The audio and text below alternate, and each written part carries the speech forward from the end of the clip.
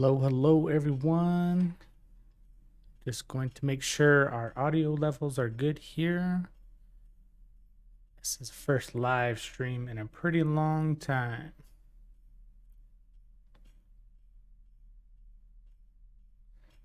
Just let me know here in chat. Hello everyone. Just going to make sure our audio levels are pretty good. Probably gonna go ahead and stop the music here. All right. So give me just a minute here. We're going to get some stuff set up and ready to go. Today we are going to be trying to attempt to create a submission for the Pwnisher 3D render challenge. We're going to do it in about 3 hours or so here. As you saw based off the thumbnail, that's kind of the idea that we're going to be going for. Kind of a T-Rex, Jurassic Park kind of feel. I've already put most of the assets that I think I'm going to need in the project, so that's going to be a huge time saver there. We don't have to worry about doing that, but we're going to try to speed run this as fast as we can, see where we get in about 3 hours or so. So probably around, let's see, 1 o'clock or so. And just kind of see what we can accomplish. Maybe this kind of will give you a little bit insight how I kind of work and my methods and my madness and flow here.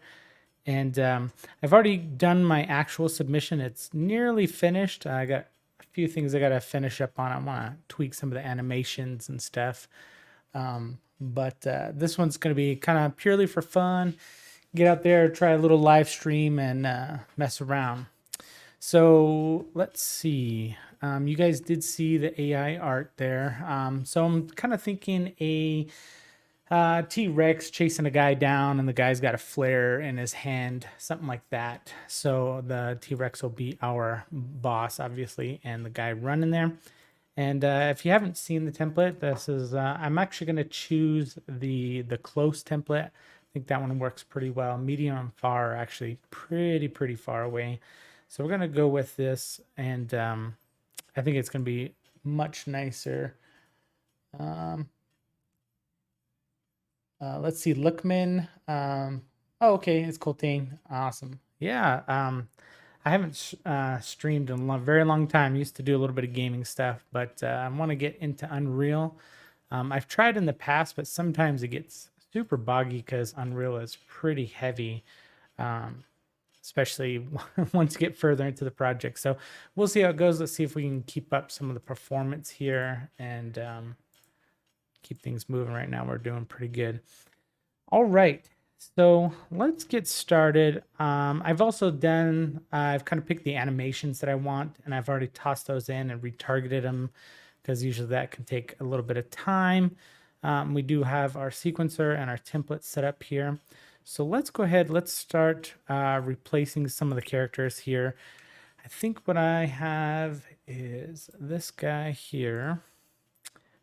And I think we were gonna go with probably this guy. Let me hop out of the camera here.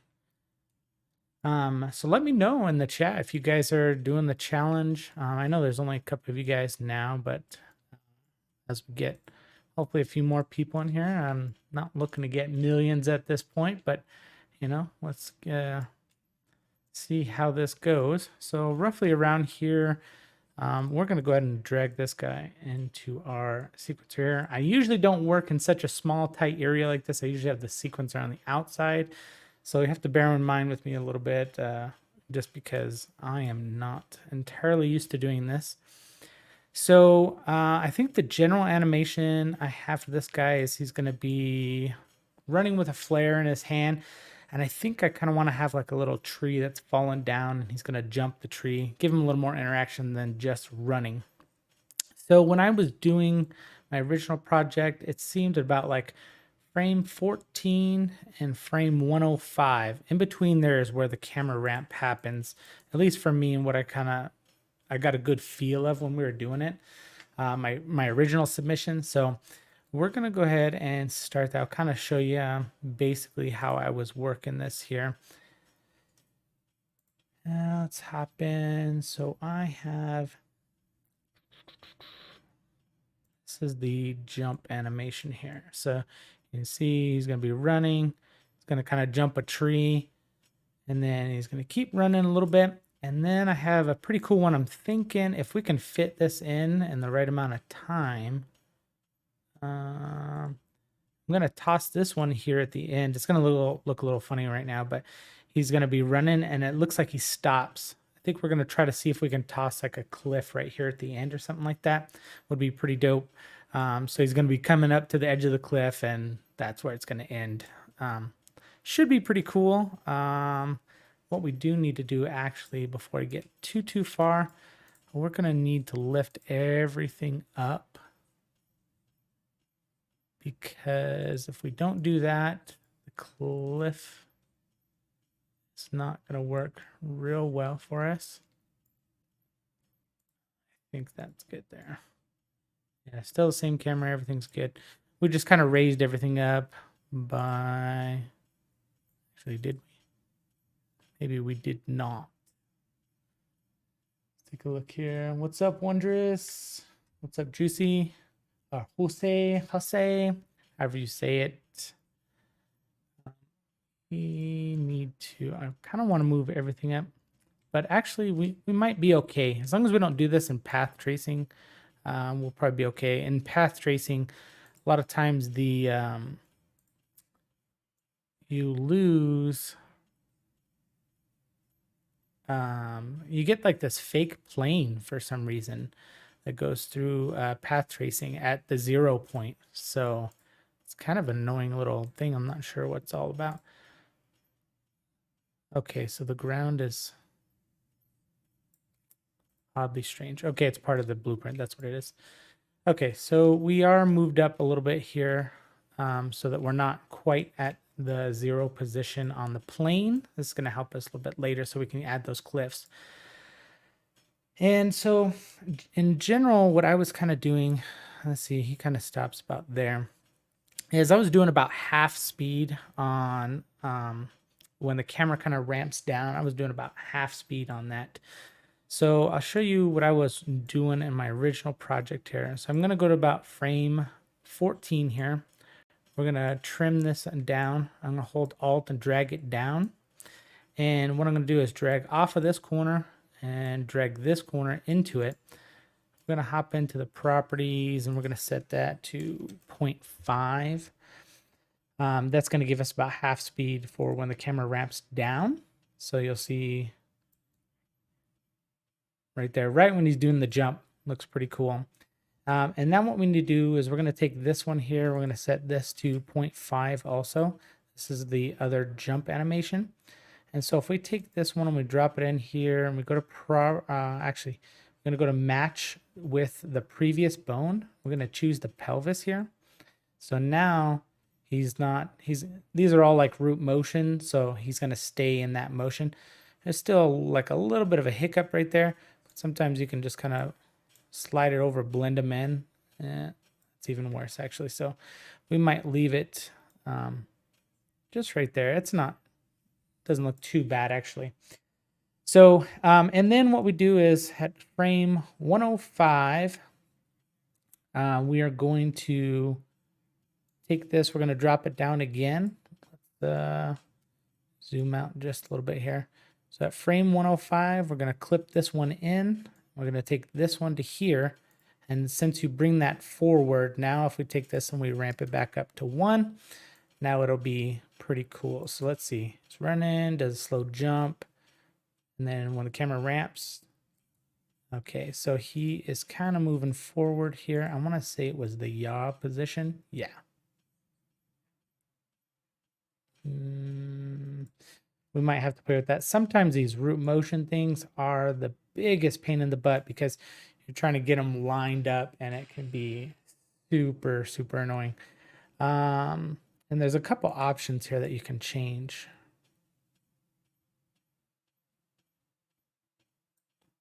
It's close, but that still seems a little glitchy. Okay. It's gonna run in, boom, jumps. Is at the cliff. So yeah, we might have to Might have to blend these just a little bit or something. I'm not sure why that's clipping so weird, but we'll get into that a little bit later. I want to get a little bit further and just getting everything kind of set up. So the general scene is, I think we want to have a pretty tight forest, kind of like you saw in the preview image there. Let me see. I didn't actually save it, but you guys saw in the thumbnail there, the dinosaur's gonna be right behind him. I think if we do kind of a tighter scene with some just really dense foliage right around it, we don't have to worry too much about the atmosphere. I'm hoping we can do nighttime, so we'll probably toss in ultra dynamic sky, something like that. It should look pretty good. Give it a little bit of an atmosphere. We might have to cheat some of it with our own lights and not just natural light, but it's kind of what you do. So here we are. Let me make sure this guy is matched here. And I want to say,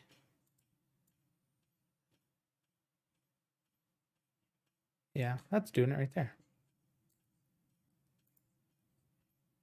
It's still at, I think what the issue is when I retime it there.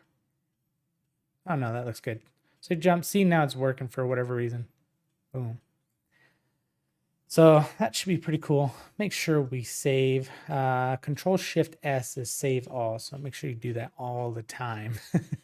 Otherwise, you will lose it and you will be very frustrated. Okay, so we got that in general. I think we might as well. I'm just going to snag this guy here real quick, and we're just going to set his visibility to none. And then let's go ahead and toss in the dinosaur here. So some of these are free assets and some of them are not. Some of them have been on sale in the marketplace. Most of the time when I buy something online, I try to catch it, on sale, 50% off, 70% off. Unreal's always having great deals. Make sure you always get their monthly free ones too. A couple of these I think that I got are going to be free ones. And of course we're going to use Quixel Mega Scans because it's free and they look great. So let's hop on out here and let's grab our T-Rex, our beautiful T-Rex, and let's just kind of see. Let's see, did we actually even get this guy centered up? Not quite. It's supposed to be zeroed out, I think. And the T-Rex, we might have to scale him up a little bit just so we can kind of keep the visual weight that we need. What is he at? Like 1.5, maybe too much. 1.3. So, and of course he's going to be moving forward also. So that's one thing we need to keep in mind is as he moves forward, he's going to get closer and bigger to the scene. So we might still make him a little bit smaller. Let's go ahead and drop him into our sequencer here. Now this guy has some animations. This is a really cool one. I love these dinosaurs. There's a guy on the Unreal Marketplace, I think it's called Raxus or something like that. He makes these dinosaurs and he's a great sculptor. He fully rigs them, fully animates them for both like Unity and Unreal. And they are by far the best dinosaurs in the marketplace. Like texture wise, they usually come with like 6-7 different textures. Like I said, fully animated. Some of them have root motion, some of them don't, which is depending on what you're going to be using it for, works pretty well. Let's see this animation here. I know it has a roar in it. We definitely want that roar. So it starts a little late. So let's go ahead. Let's drag this guy over a little bit in our sequencer here. So now we're going to do the same thing. I'm going to trim the front down and we're going to go to frame 14. Now trim the backside. Zoom back in a little bit here and hold Alt, drag it down. Then we're going to take our end point out and our center or our front point back in. And let's set this to 0.5. And we actually need to check because, yeah, it looks pretty good because his animations are usually pretty well done for like kind of scale. But I know with my actual submission project, The animations are kind of fast for the main boss character, and of course he's huge. So I hafted that first, and then I hafted again during the slow motion portion. So that's something to always consider if you're doing something of big scale. Literally just slowing down the animation makes a huge difference. It'll give it much better realism and stuff. Okay, so we have done the slow motion part. Let's drag this out. And now, since this one isn't root motion, we don't have to worry about matching the bones. But that does mean that we are going to have to move the dinosaur ourselves instead. So let's take a look here.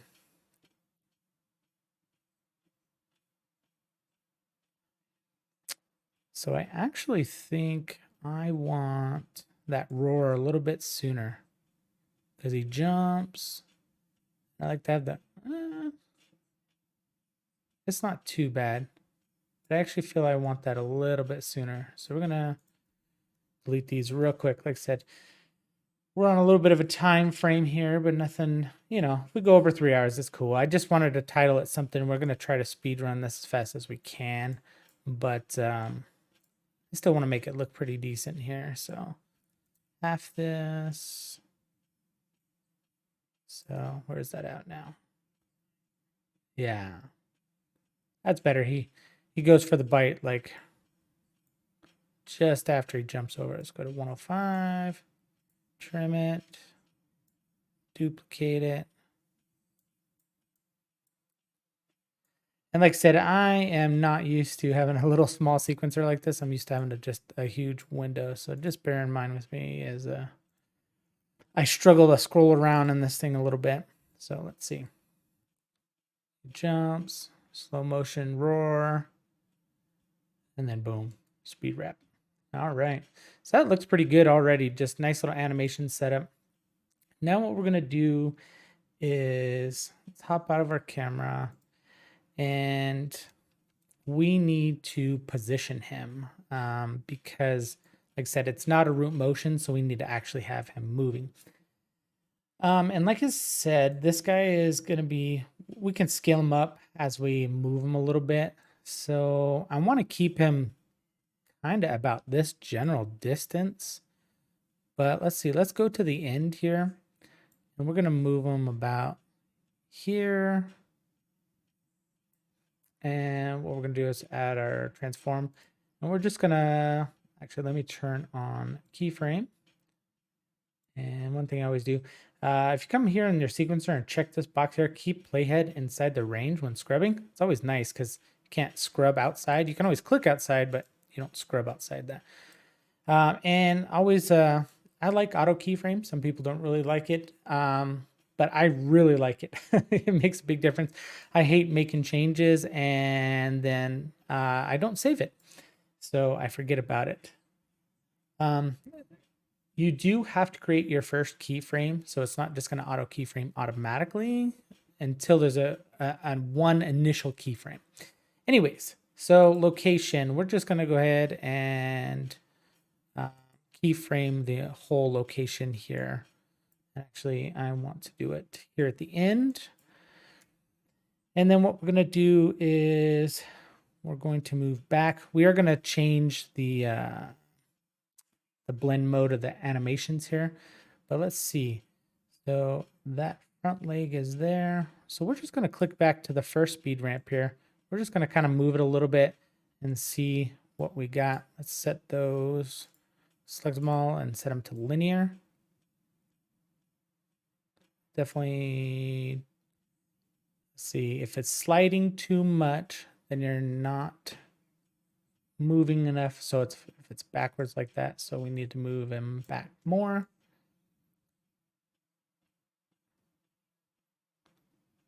That looks pretty good. If you're following just this foot here, that's following pretty good. When it first hits the ground, there's a little bit of initial slide, so we might have to adjust that a little bit. But that looks okay for now. Now at this point, he's going to be in slow motion. So he's not going to make it quite as far. Let's see how that looks there.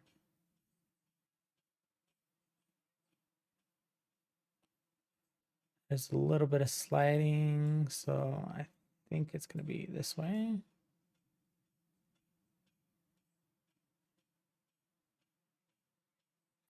And of course, you want to get it as close as we can. However, with this perspective, you're not really going to see it. So it should be, it's not going to be super noticeable if he's sliding a little bit. We're going to have plenty of stuff in the scene, things like that, that are going to be kind of blocking it. We're going to toss in a lot of foliage, some rocks and stuff. I don't want to hide everything, but will definitely be a lot of it you're not going to even notice.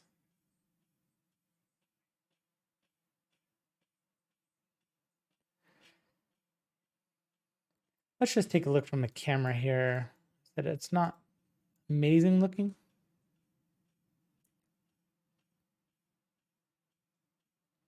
Yeah, but see, from this camera point of view, you're not even, and that the initial speed ramps, they're so fast that you almost don't really even see anything in the initial time of when it's those first 14 frames and those last 14 frames or whatever it is. You don't even really see it. I don't know. What do you guys think? I think we need to make him a little bit bigger by the time he's up close like that. Yeah. That's gonna look good. Boom. Boom.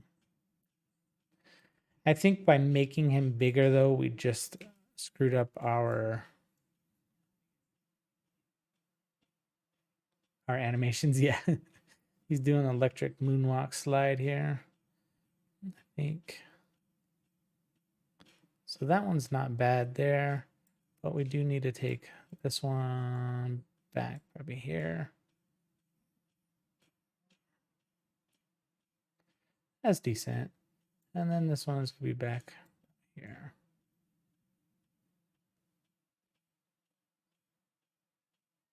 Yeah, that looks pretty good.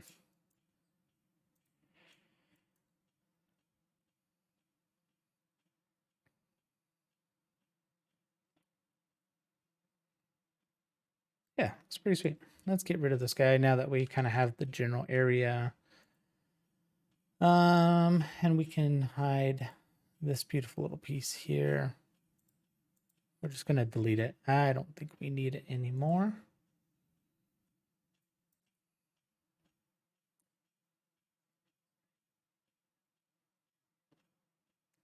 Animation's pretty cool. It's got some like jiggle in the mouth area when it roars.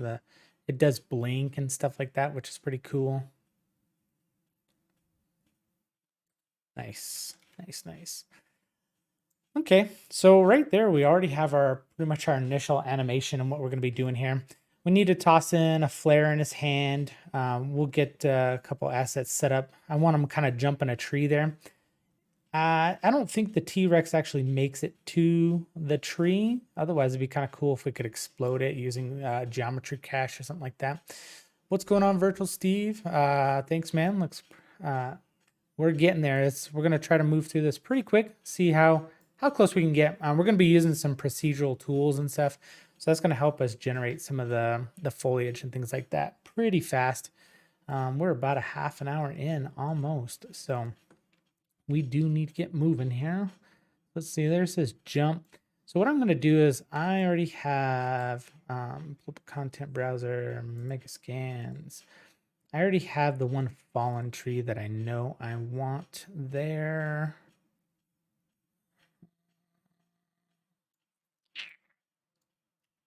Okay, here.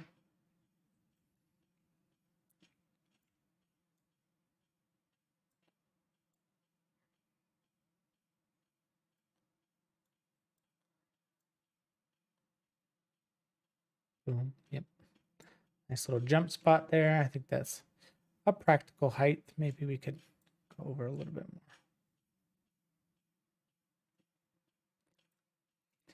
And then I know we're going to do some cliffs here. So let's see, we could probably toss in the cliffs. So I picked a few different cliffs here because I wasn't real sure which one I'm going to go with. The camera angle is pretty low, and I think that's going to be in our favor. Let's see, I'm going to toss in just a couple little assets here on the side just so we have them kind of available and I know what we're dealing with. I think I kind of want more of a jungly feel. But I know some of these big cliffs are pretty sweet looking. So, okay, that is our mountain range. We'll probably toss that way in the background. And I'll show you guys kind of a little, I wouldn't call it a cheat. So the characters, Virtual Steve, this guy, both of these are from the Unreal Marketplace. This guy was either on sale super cheap at one point or might have been free. I want to say he's called Survivor Guy, something like that. And he comes with several skins. He's not pre-animated, so I just used Mixamo. I'm going to show you guys real quick. So Mixamo is a pretty great place to get some basic animations and stuff. So there's a plugin that I bought. It does cost money, but man, does it save you time, and it works almost flawlessly for both UE5, UE4 mannequins and metahumans. So it's called Mixamo Animation Retargeting. So this is the icon and stuff that might help you find it, but it is pretty awesome. I'll see if I can link this in the description below after the stream. But it is so great because literally within 4 or 5 clicks, it retargets your animations to any character that you want. Works really, really well.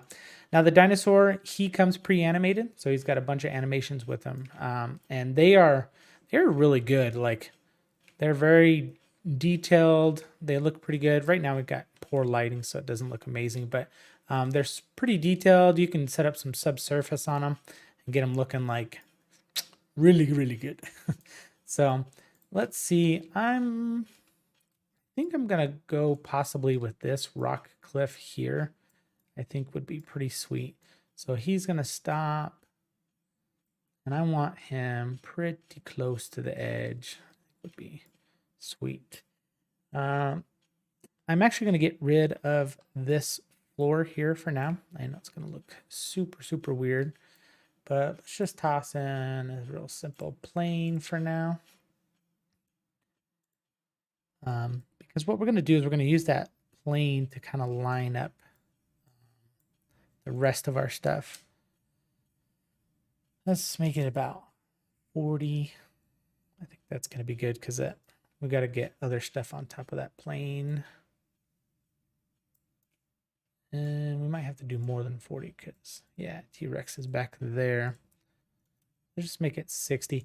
We're not going to texture this or anything. We're going to put stuff on top of it. But I think we should be okay with that. We might change the color of it just so it's not super, super bright. So let's see here. Yes, there is a free Mixamo conversion tool. If you want to slap that in chat for people too, that'd be great. I haven't personally used the free one. I know the one that I paid for, I want to say it was only like 10, 15, 20 bucks, something like that. It's not horribly expensive. And it just saves you like so much time. It's been worth every penny. There's a few tools and add-ons that I would say are worth every penny. Ultra Dynamic Sky, Easy Fog by William Fouché, the Mixamo Retargeter, like those are just, I wouldn't do a lot of my stuff without those things just because of the amount of time that it takes to accomplish certain things without some nice little free tools and plugins. So let's see. It's gonna be jumping that tree. Kind of stops there at this cliff. Unfortunately, we don't get a ton of camera angle to show where the guy is. So even though he's up on top of this tall, like kind of wanted this cool tall cliff, you're not really going to see any of that because there's just not enough lower portion to the screen in your scene. But we'll see how this works out. I think you'll still get the general idea of what we're doing here. But yes, the Mixamo converter stuff is awesome because, I mean, Mixamo's animations are free. They're not the best or the most perfect animations out there, but they're free. So can't really complain too much about that.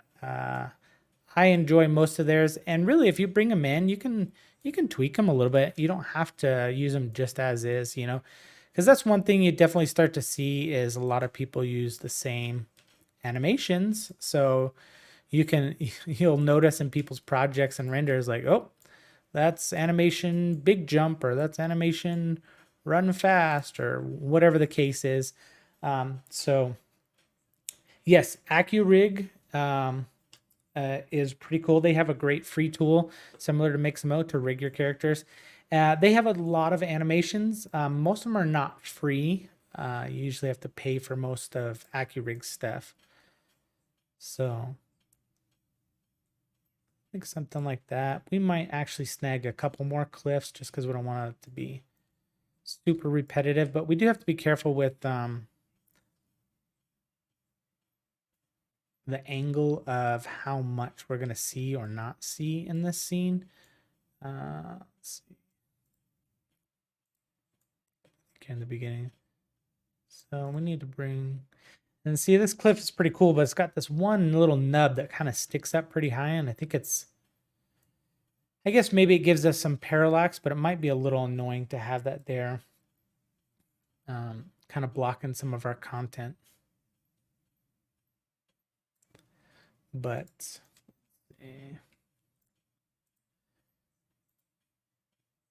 so we're going to worry about that here in a little while. We might hop into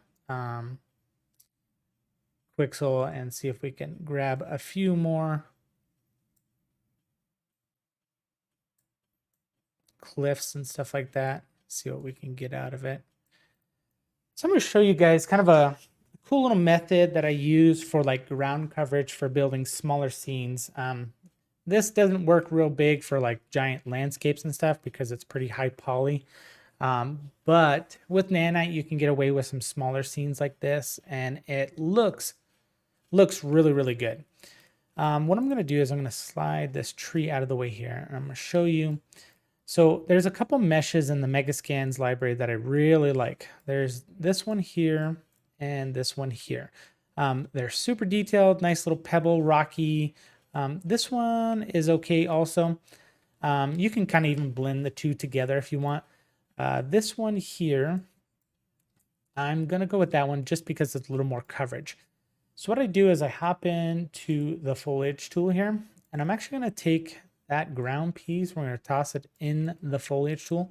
I did notice that this is pretty gray at the moment, and I feel like it's not always that gray. It's a possibility that it is. Maybe I picked the gray version of it, so I don't see any tints or problems there. And then once I have it in the Foliage tool here, we're actually going to go ahead and start painting on top of this plane here. And you're going to see it's a lot. And like I said, it can start filling a lot with a ton of polys and stuff. And we're going to clean up these ones that are overlapping and stuff here. But what's really cool is it blends really well. And depending on your scene and your angle, you can get away with a super high detailed scene like this, and you'll never even know that it's just literally a bunch of the same thing repeated over and over and over. So I'm probably only going to go about this far here because the rest of it's going to be pretty far from camera view, and so we don't need quite as much detail. I'm going to try the select tool here, see if I can delete a few of these. I've noticed there's this weird bug. You select this one here, but it's actually selecting one over here, and I'm not sure what that is or why it does that. So we'll delete a couple of these here, the ones that are going to be pretty close to the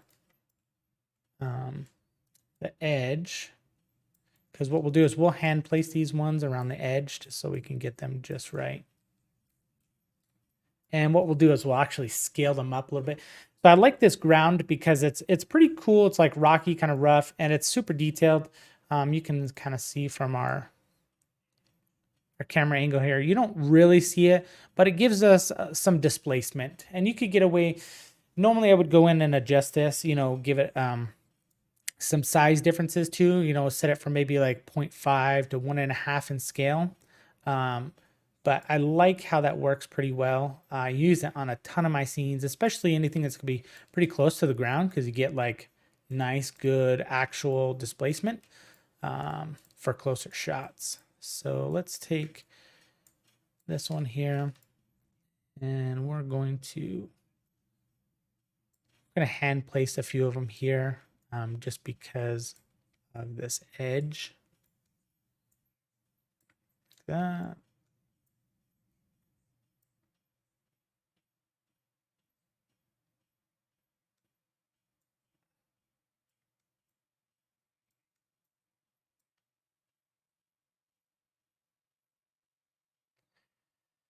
And then what we're going to do is we're going to take some of these guys here, and we're actually just going to scale them up, but only on your X and Y, not your Z. And I think that's still going to be just fine for us. Yeah. You're only going to see it there briefly for just a few seconds. But this way, what we'll do is, since we're scaling those up, what it's going to do is it's going to cover this ground, and you're going to see at least the same color. Obviously it doesn't match up. It's not quite the same. It's a little stretched, stuff like that. But we're not actually concerned about that. We're just concerned about getting enough coverage so you don't really see it. And really a huge portion of this is actually going to get covered with a bunch of foliage. So it doesn't really matter anyways. So let's just do another one here. I think what we'll do is we'll see if we can get about the width there. Toss that out a few times there. And if you're not aware, you just hold Alt and then click on one of the axes to drag it out, and that'll duplicate in that direction, which is kind of nice, instead of like Control C, Control V. And I think we'll stop there. I'm gonna just drag these guys over a little bit. Like I said, we're just trying to get some general color. So if you do see a little bit between the trees or something like that, you're not going to see a bright white plane underneath. Yeah. We got a little bit of white on that side, but we haven't even filled in that area yet.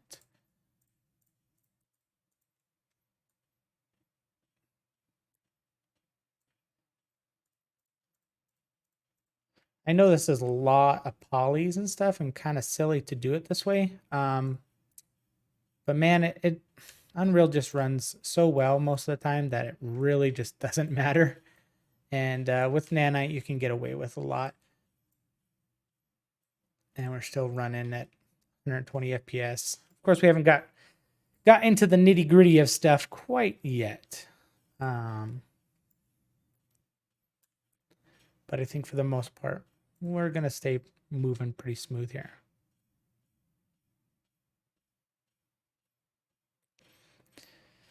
So like I said, I like the cliff idea, but I just don't know if we're actually going to have enough visibility there to see. And I think maybe we could possibly take the camera and move it down just a little bit. I know you're not supposed to touch the camera. This is not my actual submission, but maybe just for this live stream, we could have some fun. What's going on, Zord? Yeah, there you go. That definitely gives a bit more of a, okay, there's a cliff there. The only problem is now we're not going to see some of our foliage and trees. So maybe we won't do that. Let's see if there's like a happy medium here. Maybe something like that. You could go in and animate the guy's face also. Probably not going to do that in the stream, just for time's sake. But let's see what we got here when he jumps. Dude, this guy has got some hops. Oof. Yeah. All right, so we're going to probably drop that down on the ground just a little bit because we don't want it clipping too much. Yep. Jump. T-Rex coming. Nice. Nice. Let's see. What else can we do right away? I'm going to take this. I'm just going to duplicate it out and over. Kind of pitch it a little bit. We do need to see if there's any weird So there's a spot here where we can see underneath the plane, a spot there, but we don't want to lift it up too much. And then this is kind of protruding out through the plane a little bit. So let's move these guys just a little bit. We're going to rotate you out. And I know this one doesn't really match. So like I said, we might find some other cliffs here in just a little while. Toss that over here. Because I do want definitely more of kind of a green foliage kind of feel. But I do like these cliffs. These cliffs are pretty good. A lot of the Megascan stuff is just so good, man. And the fact that they just give it away for free and with Unreal stuff is just mind-blowing. I will say a lot of times it's a great idea to modify the textures and stuff, change the colors a little bit. Because it's much like we were talking about with the Mixamo stuff, you kind of get used to seeing the same stuff all the time.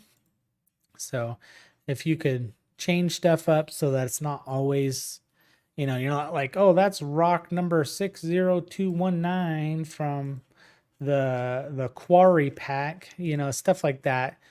It would be, that's always a good idea. You know, you want to make sure your stuff is unique, even if you are using free assets and stuff that people have access to everywhere. You want to make it look different, like make it look unique. I've tried to kind of build a little bit of my own style. You know, I'm definitely inspired by other people's work and what they do. But try to get your own style, your own little workflow of stuff. Don't just, it's good to copy and kind of understand how people are doing stuff, but it's not too bad. Yeah, RJ, you know, I use this with the ground stuff all the time, because it's, to me, it just, I mean, if I want to do a shot like this, it's going to look beautiful. If I want to do a shot like this, it still looks pretty good. If you start getting out like this, it kind of looks a little weird. You can get some tiling and stuff, but if you had some ground coverage besides just that, or some random rocks, it looks great. And this is probably by far the most used mesh that I use all the time is this one here. This one here works pretty well too. It's a dry riverbed. And actually, I think this is the one that I use a little more often. But just tweaking the materials and stuff changes it massive. So let's see, hop on our camera. I think this looks pretty good. Actually, there's one little spot right there. Didn't notice. Just want to toss in another little spot here.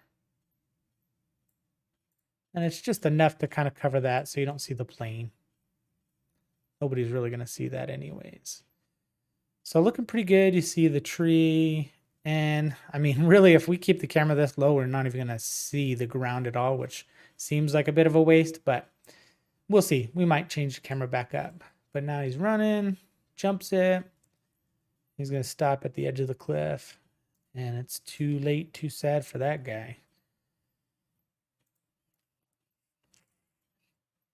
Okay, so next steps here, I think we're gonna do probably some foliage here. And actually with that camera angle so low, we wouldn't see any clipping through foliage, which might kind of help us a little bit. I don't want to toss in the trees quite yet, only because the trees are gonna start getting pretty heavy on us, but not too bad. And some other rocks, and then we'll drop in, once we get the trees in, we'll drop in the environment, our ultra dynamic sky. We can get our lighting going. So let me do this real quick. I just don't want, no, we're okay. So let me show you a quick little tool. So this is called IA Scatter, not AI Scatter, but IA Scatter. And yes, in 5.2, 5.3 of Unreal, there's the new procedural tools, and they are pretty awesome. Super powerful, super cool. They take quite a bit to set them up.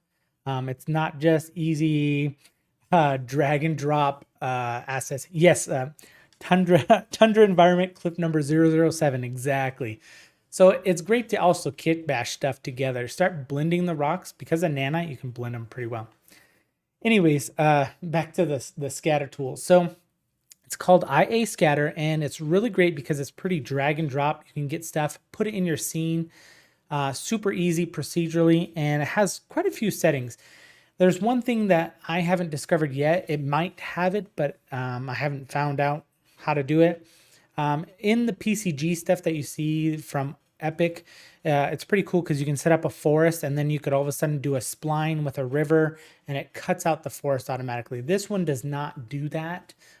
If he could implement that at some point, it would be, in my opinion, much better. But perhaps maybe what he'll do is he'll build it off of the PCG tools. Because I think he was doing this before PCG was announced, but perhaps he was using it in a preview version or something like that. But really cool tool. Let's hop into it here. You do need, you don't have to have geometry script enabled, but I usually recommend it for this. So make sure the geometry script plugin is enabled.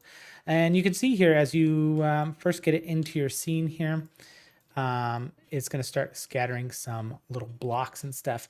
So I'm going to use, I have an asset pack by Maui or Mavi. They make some incredible asset packs and landscapes and stuff like that. Environments, he does incredible stuff. You've probably seen some of his recent ones. There's a rainforest one, a forest on fire.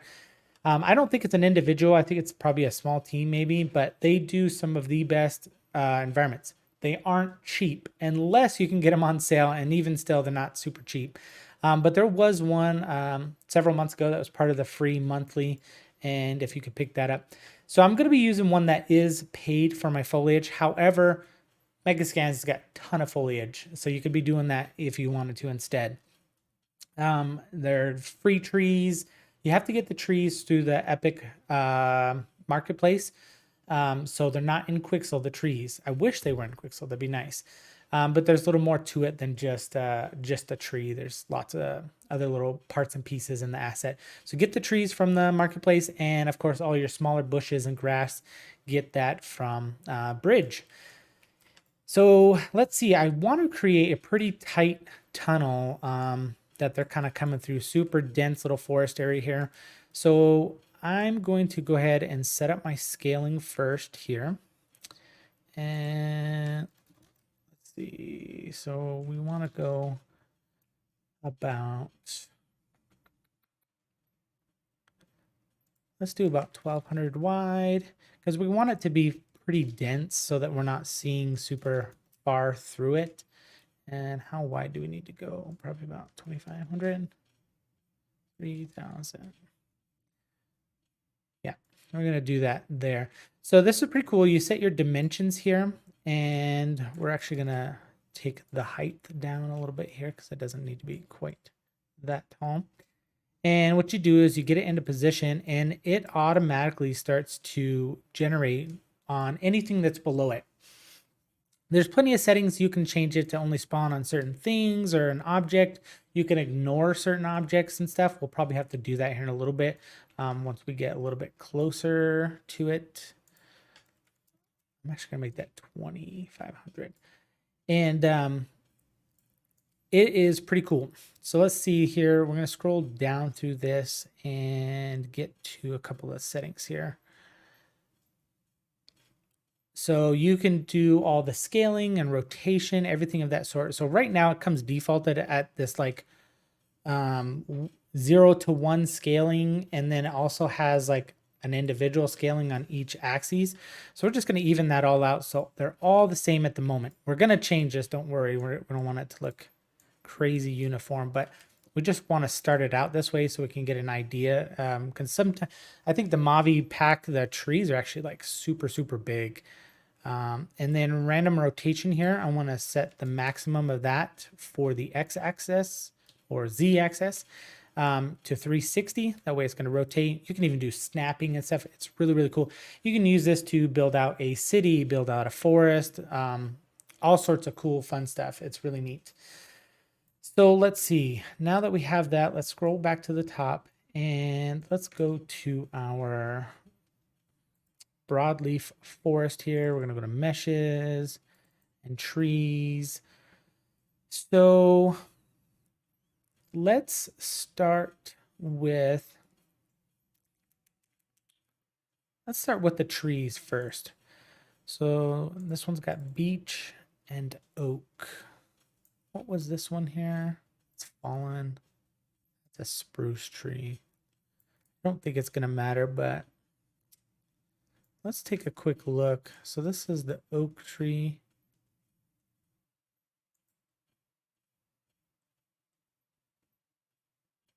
Maybe.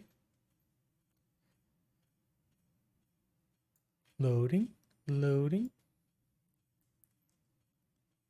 for the first time is probably going to take just a little bit here. Did we even get it? There we go. So that's pretty cool. Pretty nice tree. Definitely more foresty, not so jungle. And then we have the beech trees. Still kind of that forest look. I don't know. What do you guys think? Shall we go with? What do you guys think? Put in the chat real quick while I'm scrolling around here. Should we go with this is the oak tree on the left side or the beech tree on the right side? Which style of tree do you think?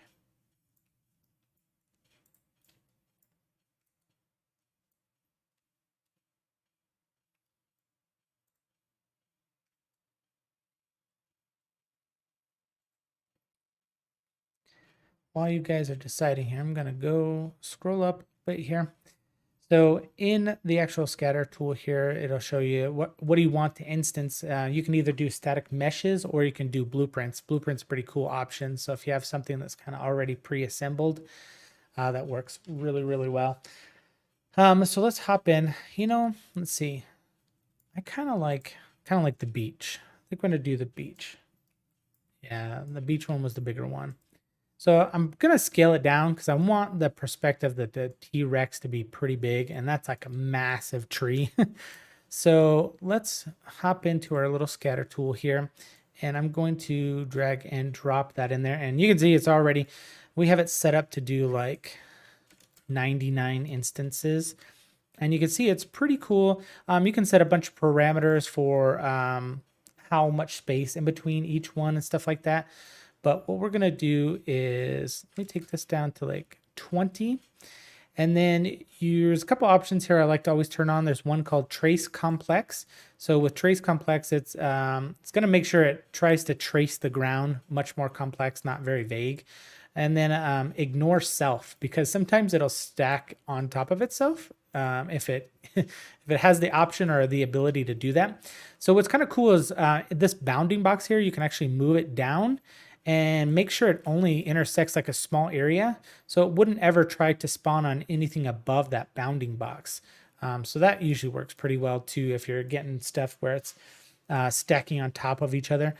And those look pretty big. So what we're going to do is I'm going to go to the scale options here again. And let's just try like say 0.4 to 0.6. See how that looks. And we need to check from camera angle because that's going to determine a whole lot. I think that's looking decent. Let's do 0.5 as the max and 0.3. Yeah, let's hop out of angle because you can see like that's a human and those are trees. Like that's probably a decent size. Maybe let's just set it to 0.4 so I don't get too small. 0.4 to 0.5. And then what we're going to do is scroll back up out here on the, yeah, I agree. It looks more Jurassic. It's kind of got like that, I don't know what that like look is or whatever to it, but it kind of feels more organic a little bit. Not so barky, if that's a word, barky. And so in our scatter tool here, we can come up to the meshes here and we can add multiple meshes. So I know, and what we're going to do is we're going to break this up. You can add, so right here under the pack, you have the large trees, you have medium trees, and then you have some saplings. So we're going to break those up into 3 different actual scatter tools. And the reason I usually do that is because it just gets pretty dense and gets pretty heavy for a single tool. And it's always nice that you can just turn off one section at a time and see it and make modifications without adjusting everything in like all your foliage. So let's see how many we got. 1, 2, 3, 4, 4 large trees. So I need 4 total mesh spots. So let's delete one. I'm going to do the drop down menu here. And let's bring in our other trees.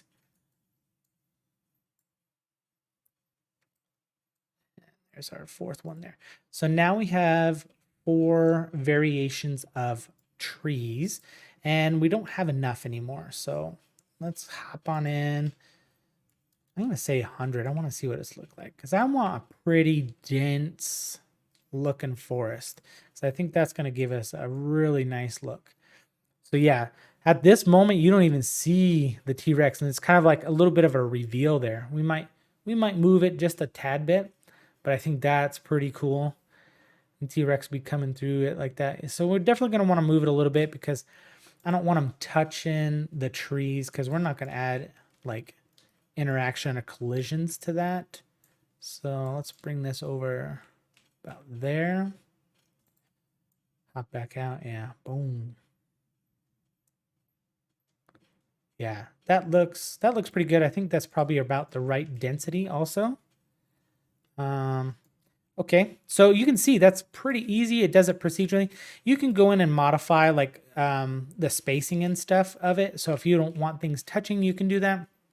If you don't like the particular look, literally just scroll up and start changing the seed until you find a seed that you kind of like. That one actually looks pretty good. We might hop into camera view just to make sure, but that might actually be an even better seed there. Looks pretty good. Let's go back to our scaling real quick. I'm going to set that back to 0.3 to 0.5, 0.3 to 0.6. Gives us a little more variation, just a little bit more. Trees kind of, well, no. Sorry. Let's do 0.3 to 0.4, right? 0.4, 0.5? Yeah. Okay, because we're going to add smaller trees. I forgot. So what I'm going to do now is copy and paste this scatter here. And what we're going to do is in the meshes of this one here, let's go ahead and drop in our medium trees. So there's 1, 2, 3. So there's only 3 medium in this one. So we need to delete one of the large trees out of here. And you can see they're already starting to spawn. But it's funny because they're spawning in the same spot. It's because it's set as the same seed. So we're probably going to get a little bit of intersecting here. And you can avoid this. You can set this up differently for sure. But I think for our scene here, the camera is going to be moving in such a way that you're not really going to see it. And we're on a bit of a time crunch here. So what we're going to do is change the seed just a little bit here. Let's try 5. Yeah, 5 was pretty good. We still have the same scaling going on. And this one, we're going to boost it up to, say, 200 trees. Or is that too much? Might still be a little too much. So 200 trees. And then what we do is we scroll down. There's a section here called Ignore from Trace. So we're going to add our first blueprint scatter to the ignore factor. So it's not going to try to spawn on top of them. You're going to get some intersecting and stuff, but not very often. It just really depends. It's actually not too bad at all. So now that we have that one, we're going to duplicate again. And actually, I'm going to Control-C, Control-V. That way it's always in the same spot. When you Control-D to duplicate, it actually shifts it by a few points, just so it's easier to grab it. And let's see, we have 1, 2, 3, 4 saplings. So let's drag our saplings in. There's 1, 2, up top, 3. We need to add another one here, and 4 for the saplings. So these guys are all pretty small, and I'm gonna say 500. Nope, 1,000. Is that enough? I don't even think that's enough. Try 3,000. Yeah, that looks pretty good. Nice and dense, and you're not really going to be seeing too much in there, but that's going to give you a really good looking dense forest. You're not seeing a bunch of background. We're probably going to add some mountains or something to the background that'll kind of fill in like these areas that you can see through the trees. Don't really want that in there, but that's already looking pretty good there. And we're doing this pretty fast. So I do feel like we could probably move the trees stuff over just a little bit. I think we might have moved it a little too far from the dino. Yeah. So now at this point, now that we have those 3, I'm going to hold Alt and drag off. This is going to be a little scary because it's quite a few procedurally generated things, but literally just click and dragged off. And now we have one on the other side. So let's see. Nice dense forest. Camera still sees what's happening. Cliffside. Boom. So that's looking pretty good already. Let's see. Let's take a quick look here at some stuff. Obviously, our lighting is a little poor and stuff at the moment. We're definitely going to have to adjust some of that stuff. Lock in our exposure. We'll probably use ultra dynamic sky for the atmosphere because I kind of want to do a nighttime scene. That way that flare in his hand is causing a really cool red glow. Get some nice blue glow on him. We might even mess around with the rain if we have a little bit of time. See what we can do. I believe you can migrate it. No, you cannot, because you're not actually doing the asset in the content browser. You're only doing it in the outliner. So you do have to set it up each time. You could probably change some of the defaults potentially so that your defaults are the same, but the actual mesh connections and stuff, I don't believe so. I don't believe you could migrate it over. There might be a way. But since it's based on the one in the outliner, I don't think so.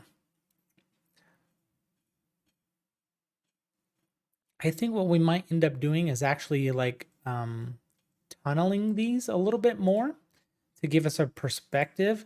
I know it'd be kind of a cheaty way to do it, but I think that might look pretty cool. Let's try this real quick. So we are going to need another plane here because it has to have something to generate on top of. So let's toss in another plane, and let's do it this way instead. Drag and drop it down here.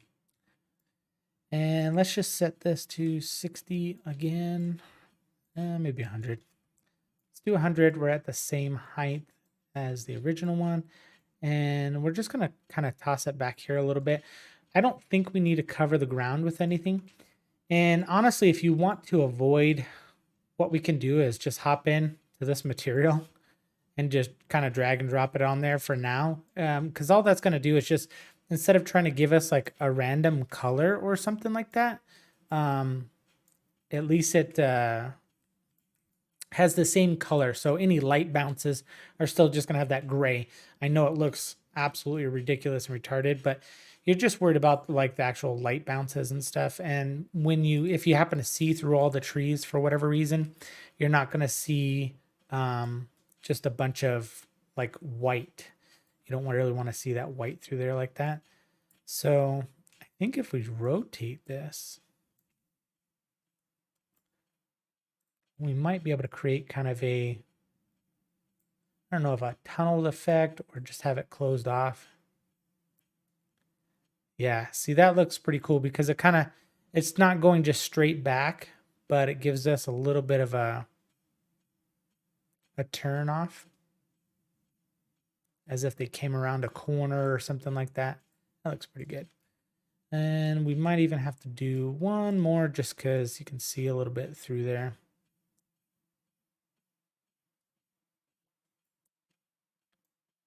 So I'm going to use this one and kind of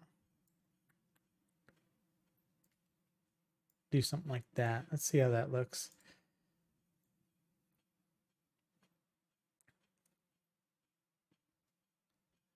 That looks pretty good. It already looks, yeah, looks pretty good. Let's see, where are we at? We're just over, we're actually at about 1 hour or so from when we actually started. Real quick, I'll show you this. There's definitely some asset packs in the marketplace that you can get called like backdrops or background mountains and stuff.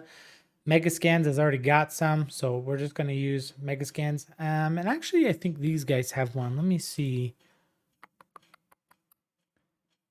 I think this Maui pack actually has one. They actually have some pretty cool ground pieces and stuff too. So you can always, we might go in and add some of that procedurally also. We may not, only because I think we may not even see it actually in the camera view, unfortunately. I thought there was a mountain. That's a patch of rocks. Sorry, I was just trying to see. I thought there was a mountain in this. Background. No.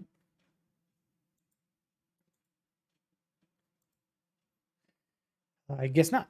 So let's go to our Megascans filter. If you're not using filters in your content browser, you are missing out. Definitely use your filters. It makes it so easy to find stuff instead of just scrolling into each, having a dive into each folder over and over and over. Definitely use your filters. It works really, really good. I'm going to center this out. I know it's actually below, but that's okay. And we're going to toss this back a little bit. Gonna pick a nicer angle. We might even hop into the material here. And their stuff is always good, Megascan stuff. We could maybe even just hop in, give it a little bit of a green tint so it feels like it should be. That looks horrible. Like it should be there. Let's maybe darken it up a little bit.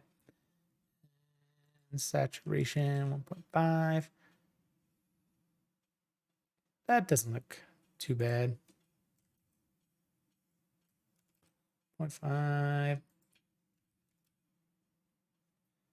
Maybe we could just do a little bit of contrast. Okay, I think that looks it. You're not even gonna see it. It's so ridiculous, but this kind of stuff really makes the difference when you're doing it. I'm gonna start doing the lighting here in just a little bit. Once we got the general environment, then we're gonna start doing the lighting, because that's really going to be the next big thing. A little bit of lighting, environment, some atmosphere. That's going to be a lot of fun. But so now you can see, we do see should see our mountain instead through this. And actually, I'm gonna take this down. I'm gonna move it closer, something like that. I think it's probably gonna be okay. Yeah, I mean, you're not really going to see it. You might see a little bit of the peak here, actually, once we change the lighting a little bit. Toss that back just a little bit. Let's go into our camera and actually change a couple things here, because we need to lock in our exposure and stuff. It's going to be kind of changed. It looks real hazy here. So you can do a lot of stuff in post-process volumes. The only reason I don't really do post-process volumes is because a lot of times I change quality of lighting, and I don't want to have to deal with that all the time when I'm just working my scene. I kind of only want to see it when I'm doing it in my camera. The only downfall to doing it in your camera is if you set up another camera and you don't, copy those settings, you might change from back and forth from camera to camera. Yeah, right now it's got some weird fog going on. And I feel like it's not even that high. Like, I need to change it here. What happened is it got zeroed out when I moved everything, I believe. And when you do like path tracing, you actually want to zero the position of your fog. So let's turn on volumetric fog. Let's change that to like 0.01 or something. Because we do definitely want a little bit of atmosphere, but we may not use that as our only method. I think we're probably going to toss in some fog cards from William Fouché and go with something like that. So really, I mean, this is already looking pretty cool. Let's, just for real quick funsies, let's change our lighting a little bit. Just kind of wanted to see. Yeah, that's kind of cool with the sun kind of beaming through there like that. I don't think we're going to do daytime. I think we're doing nighttime anyways. And so we'll still use a little bit of fog, but we're going to set it up differently with ultra dynamic sky. So I'm not going to play around with that too much. Let's hop into our camera real quick. There are a few things that I would normally do. I'm not going to do it for this particular one because, so for the submission, it has a very specific aspect ratio. However, just to kind of give you guys a couple little quick tips and stuff here, I really like 2:3:9:1 aspect ratio. Yeah, easy fog on the mountain for sure.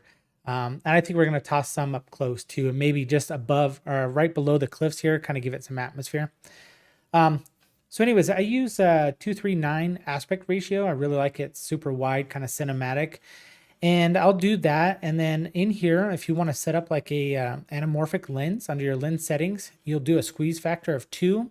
And then you'll do a crop factor of like 2:3:9. It's already built in, which is awesome. So definitely check that out. Excuse me. And that's what I do for a lot of mine. It kind of gives you that squished bokeh in the back. It looks really good. And I did do that for my actual submission, but I had to do some calculations on getting the proper stuff. And I don't remember it offhand, so we're not going to do it for this one. Let's see. Let's hop on. You're going to want to do, right now it's got a pretty wide aperture, or a pretty closed off aperture at like 8. I changed mine because I wanted to have a little bit of focal, like some depth to it. So you might want to do that and set your focal range. It is hard because you do want to have both characters kind of in focus, but we might take this to like a 2.8 because the lens is actually pretty long. It's what, 85mm? That's pretty long for this shot. So you got to be careful because you can toss stuff out of focus really fast. Let's just do this real quick. Set up our focus plane. Always turn on your debug for your focus plane. That helps a ton, especially if you're going to animate that too. So we might mess around here a little bit with the focus plane. And the focus pole in the animation itself, because of course he's moving forward, he's getting closer to us. So we'll probably need to change that. But I already set it to like a 2.8. You can see it's already starting to blur out the background a little bit, which is nice. Let's go down a little bit more. Under your lens settings here, bloom. If you can, always choose convolution bloom. It looks so much better than the traditional bloom. You can already see it kind of happening here, but in highlights, it'll actually give you like a nice little flare. And you can tone it down if you don't like it, but you can see the standard bloom is just kind of like this. And then the convolution bloom it's a much nicer bloom. The standard 0.675 works pretty well most of the time. Let's go into exposure. I'm going to set this manually and dial it in. I usually start at about 10. That's probably We're going to have to change this a little bit anyways once we set our ultra dynamic sky in there. Man, I would say William Fouché has a pretty good tutorial, RJ, for camera settings.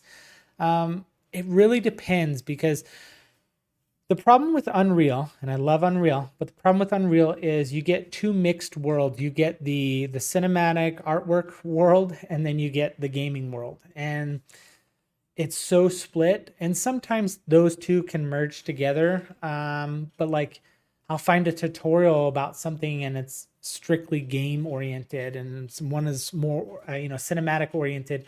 I don't know of any other ones offhand. We could definitely check. I might even, maybe that's something I should put together, a nice little tutorial. Just so you guys know, I was a business owner, and I recently sold my business, and I am going to be pursuing this kind of stuff full time now. So YouTube, I'm hoping to be able to put together some courses and stuff to be able to sell. I have a couple assets in the marketplace. So if you're not familiar with that already, there's a couple asset packs that I have in the marketplace. One is called the Displacer tool, which is awesome. We're not actually going to use it in this project only because for speed purposes.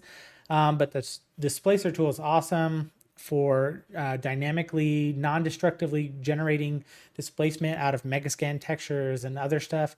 It has a snow generation, a moss generation. It's a pretty cool little tool that I've been working on. I also have a path tracing glass shader pack. So if you do path tracing, you can know that sometimes the glass can look pretty weird. So I have a really nice shader for that. That works really, really well.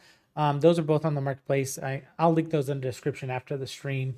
And I'm working on some 3D scanning now. I have some pretty big plans with 3D scanning. So I'm hoping to be able to do some pretty cool stuff with that. Maybe at the end of the stream, I'll kind of preview a couple things for you guys and you can check it out.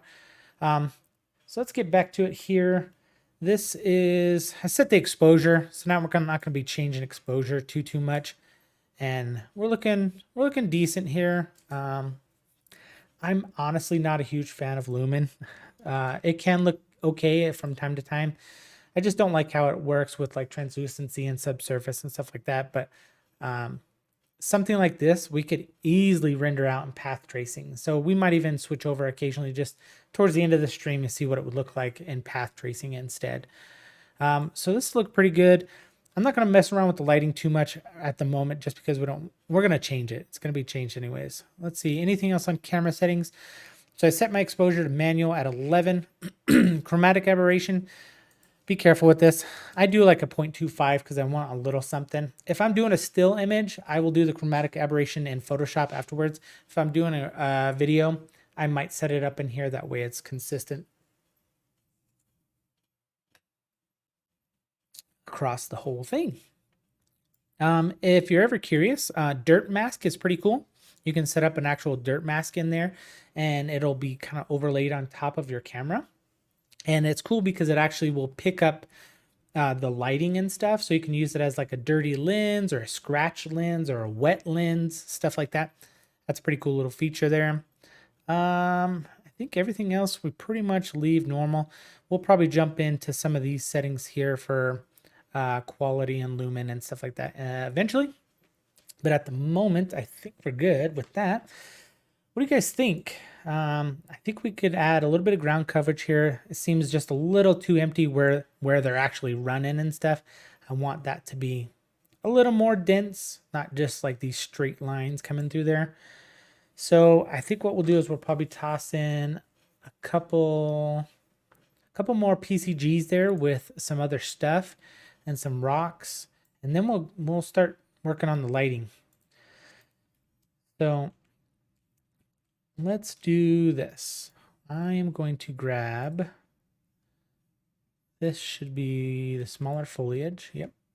And we're going to duplicate that guy and bring him out. And we're going to change the size to say 500. Probably less than that. 400. We're going to center this, make sure we're in the center spot. That's centered there. So that looks pretty good. We're super dense at the moment only because we're at like 3,000 for a much smaller area. So let's do 5. What is that, 1,000? Oops. Shoved it right out there. If you press G, it'll give you your bounds and stuff.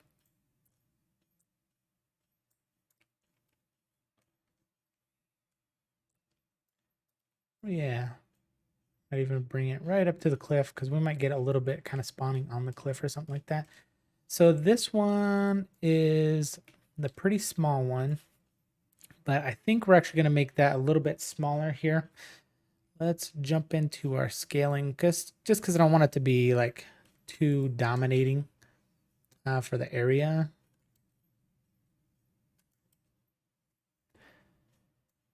And we might even toss in more of a grass, maybe hop into mega scans and do some grass and stuff. Now that we've made it smaller, let's boost it back up to, let's say, 2,000. Yeah. Let's take a look here. So it definitely feels like there's more there, not just that line where they were. I think he might be doing a little clipping there. And so what's pretty cool is like this is a good time that you can actually do the seeding so that you can make sure that the seed works pretty well where he doesn't like clip through anything too crazy. You could always paint this in, and maybe we'll do that. Maybe we'll actually paint it in. I like the PCG stuff because it's super fast, super easy. Once you have that set up, you can just duplicate it and it's like done, you know? I'm actually going to make this a little bit smaller because I don't want to have to worry about it interfering with the other PCGs. Like, not interfering, but it's going to start overlapping and they're going to start stacking on top of each other, which we don't want. So let's go like 320. And we'll recenter that just a little bit like there. And let's start checking out a couple seeds here so we can get rid of this one big one that's kind of in the way. So 0, 1. Actually, 1 might be pretty decent. He does run up pretty far. Kind of goes through. How bad is that though? Slow my camera down. Maybe not.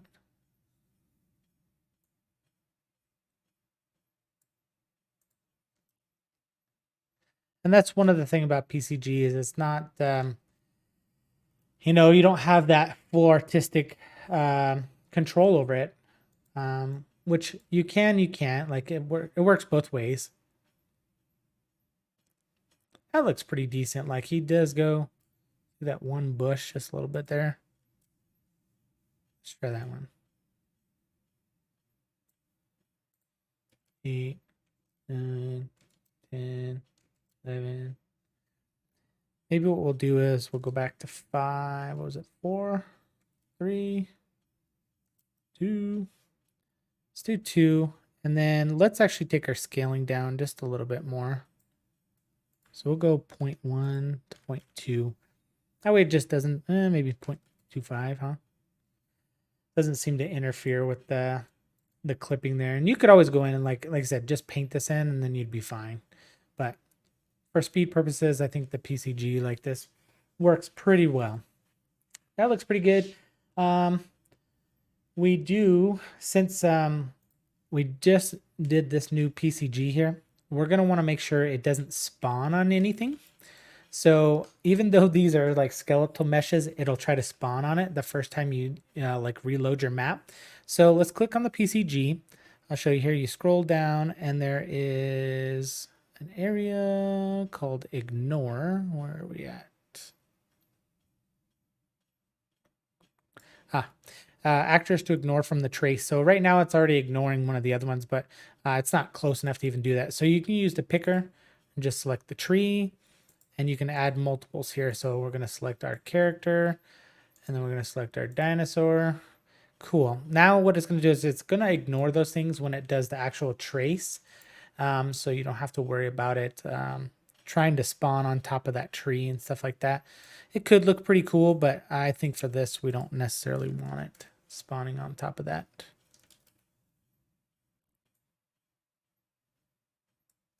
Cool. Slap back in our camera, take a quick look.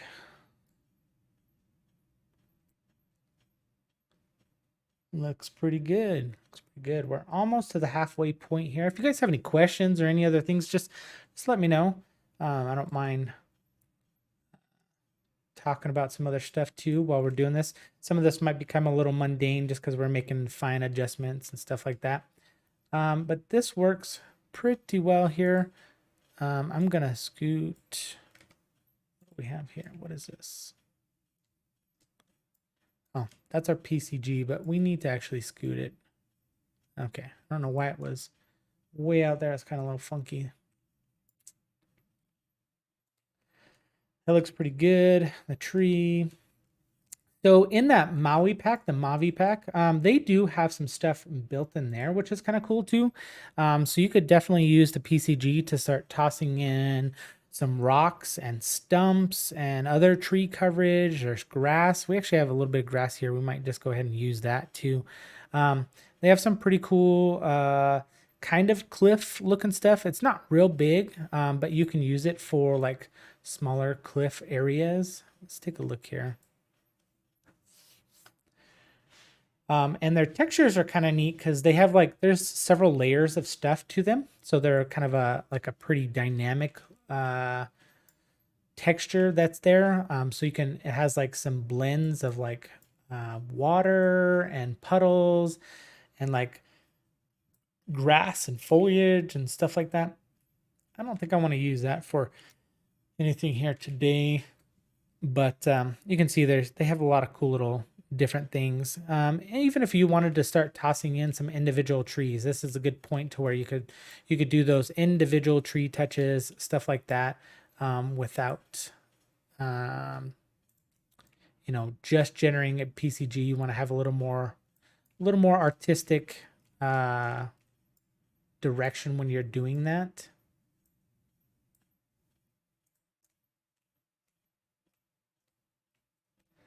It's looking pretty good there. Let's see. Let's toss in a rock or so, and maybe we can get an idea of like what one of these might look like, where they could possibly go in the scene. It's pretty big, but we could probably scale it. Let's just kind of see. Oh, that doesn't look too bad. Having a couple rock pieces like that, and maybe actually what we could do is we could use these little rock pieces like this to kind of hide those little humps that are a part of the cliff here.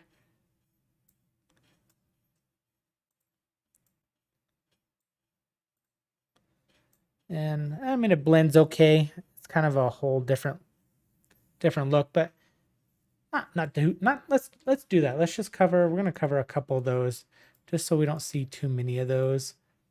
And I think it'll look pretty good. Drop this down. Maybe blend that in a little more there. And actually that's probably, and just kind of do your own little cliffside. You know, a lot of this stuff is what really makes or breaks a good scene, is just, you know, kind of moving stuff, kit bashing stuff, changing things up. Like you can do so much.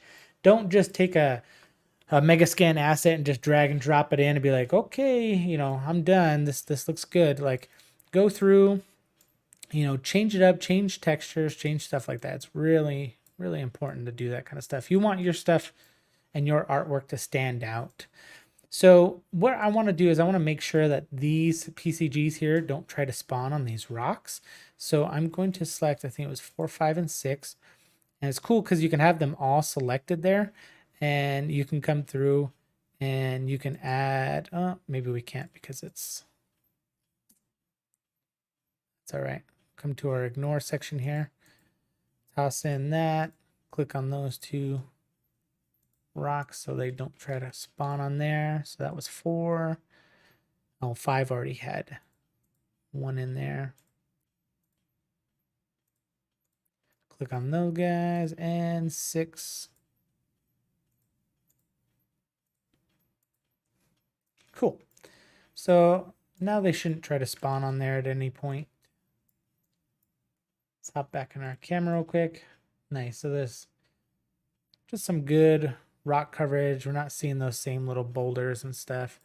I think what we might do is take this guy here, rotate him a little bit, bring him down, kind of blend him in just a little bit here.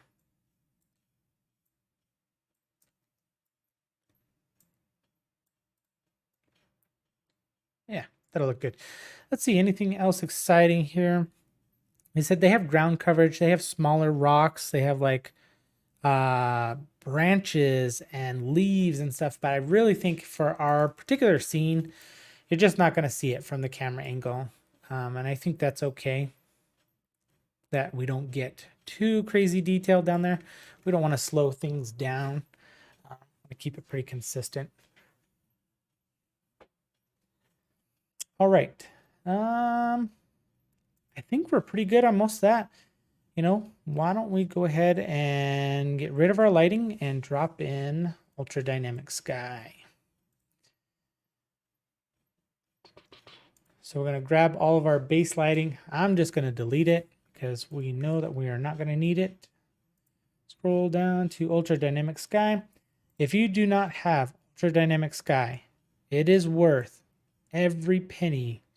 I want to say it's like 20, 30 bucks, something like that. I think it's 30 bucks, but sometimes they have it on sale. It is amazing. Full clouds, fog, lighting, weather, dust, wind, snow, rain. It is everything all in one. It is super, super cool. If you get a chance, check it out. They even have like a material function that you can add to your materials. So when it rains, it makes your stuff wet. If it snows, it makes it snowy looking. Like, it is really, really cool. The fog is pretty good. The clouds are way better than the stock clouds. The stock cloud system is super, super basic. You can't really customize it. You can't really do anything with it, which is really annoying. I hope someday Epic will actually change that, make it so you can actually do a little bit more with it. But the clouds in this are way better, fully customizable. The colors, they're full volumetric. Like, it's really, really nice. Thanks for Virtual Steve, man.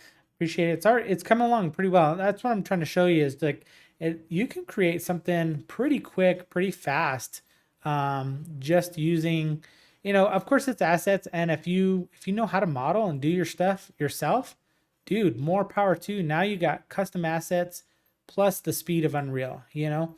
I personally don't know how to model and stuff, at least not yet. Maybe someday I can do some very basic stuff inside Unreal. My motto is I don't want to have to leave Unreal, and the less I have to leave Unreal, the better. So, which is awesome because there's modeling tools in there now for very basic stuff, anything that I've really needed to do. There's even skeletal mesh tools now, which you can actually add bones, rigs, and weight painting all inside of Unreal now. It's still an experimental point in 5.3, but that's a game changer because now it's something else you can do without having to go somewhere else. All right, so we have already dropped in our ultra dynamic sky. You can see we have already much better looking clouds. But we're going to change it up because we may not do the clouds. It's going to be a night scene. I want it to be pretty dark. I want it to feel, kind of feel ominous. You guys saw if you saw the thumbnail, maybe I should pull it up real quick actually. But I had some AI Midjourney create a couple scenes that kind of inspired it. I already kind of knew what I wanted to do. But I wanted to make something a little bit different. So I used Midjourney to just kind of give me some ideas of what it could be. Plus I wanted a cool thumbnail for the stream. So I got a couple of them here. I'll show you. So there was this guy here. I think this is the one I used for the actual thumbnail. And it's pretty cool. but I kind of want this feel, this dark blue kind of night feel, moonlit. This was kind of weird here because I typed in with a flare in his hand, but it never put a flare in his hand. But I think it had like the flare. So we're going to use that color too, that those blues and oranges. That's really what we're going to try to go for. This one here was pretty cool too. Only thing is I'm not doing a dragon. So the fiery mouth, but those color tones, that's kind of what we want. And I think we should be able to achieve that fairly easily here. Okay, so we are on Ultra Dynamic Sky. I'm actually going to scroll up to the top and I'm just going to drop this into my lighting folder. So it's here at the top and I know where it's at. We can go ahead and set the time of day right away. So we're going to set it to 0 and you're going to notice it's pretty dark. So now what I will typically do is I'm going to add a post-process volume. And the only reason I'm going to do this post-process volume is because I want this to affect, I'm going to turn on infinite extent bound, and I want it to affect while I'm scrolling around moving in editor, not in my camera view. So I always override the settings that I truly want inside the camera, but for post-processing, I want to be able to change this here. So I'm not going to change all the bloom and all that stuff, but you're mainly just going to focus on exposure.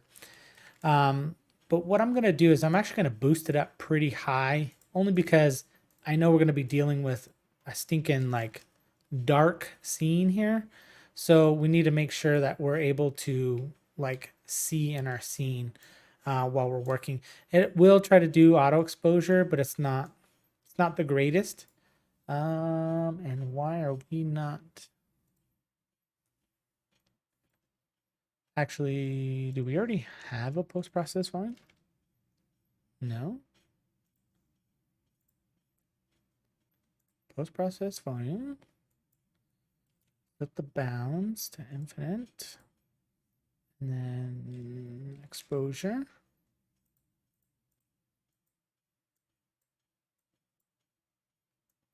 Interesting. What are we missing here?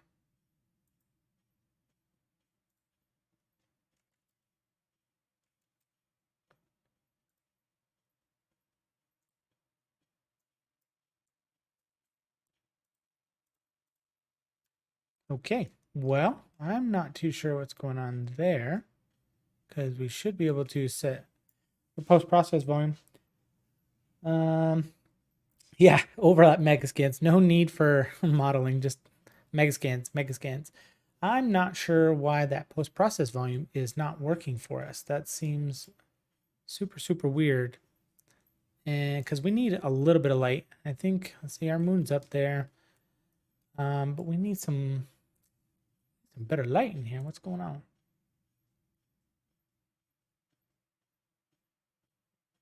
Have anything strange set? You could always work in an unlit if you wanted to. That could give you an idea of how to light your scene. So let's see, based on most of those pictures, we had the sun or the moon was right over top. So kind of backlit a little bit. So what we're going to do is in Ultra Dynamic Sky, I'm actually going to turn the clouds off. Only because I don't really want it to interfere with the moon. I don't know. Let's see. I don't think there's a... Is there a post-process volume inside UDS?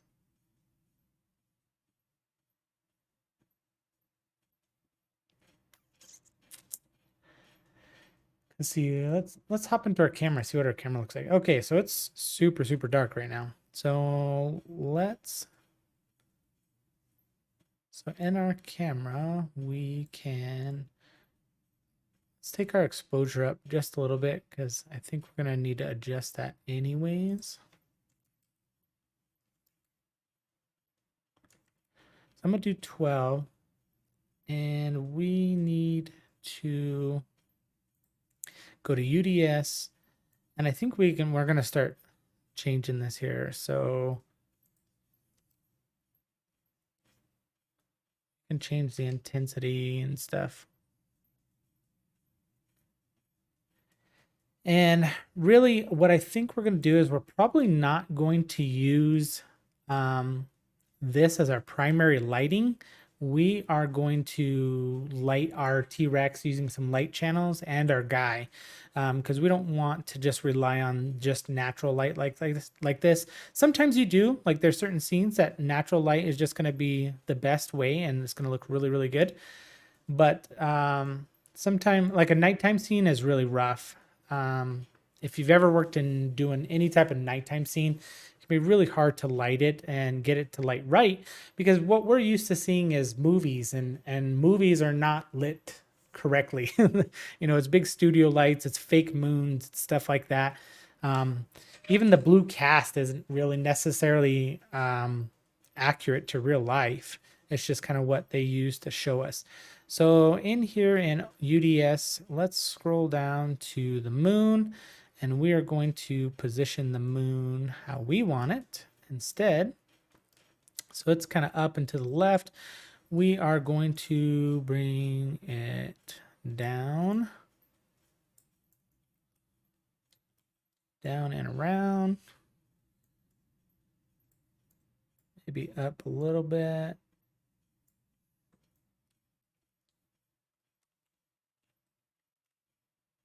Yeah, that's already looking kind of the angle that we kind of want. Backlit like that. And then what we're going to do is we're going to toss in some rec lights and some point lights and stuff like that too. Let's head over to our camera.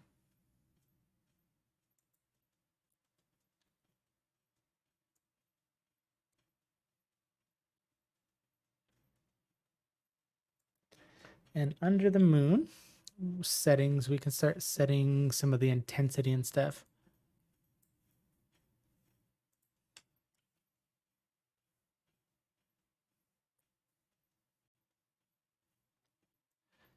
And let's set the night brightness to 1. And the overall intensity, we're going to take that down to 1. Maybe 2. Need a little bit of ambient light. And let's go back down to our moon. Change our scale of our moon, like 2 or 3. And kind of make it bigger, like a nicer soft box. The moon. Oh, that's the moon texture intensity. We need the actual moon light intensity. Not that high.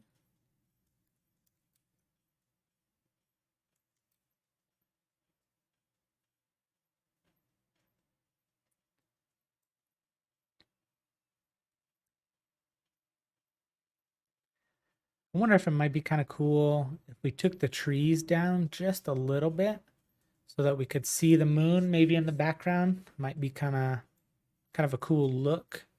Maybe we could toss in kind of a big moon in the back, because UDS has a really nice actual moon. Let's take our trees real quick and go to our scaling.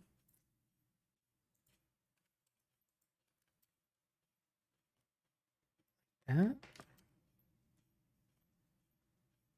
See how that works. Yeah, they're a little bit lower. We need to do this back one here. 0.35, 0.4. Cool, and we actually get a little bit of our mountain in there too, which is kind of nice. And then let's hop back into UDS. Where is our moon?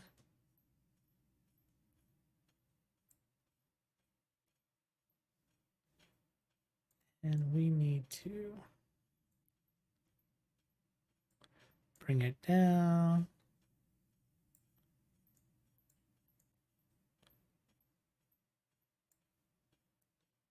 See if you can see that or not.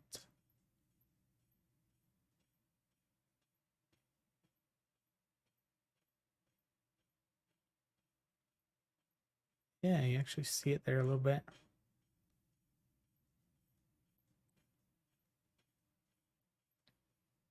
I don't know. We may or may not do that. I'm not sure if I like that or not.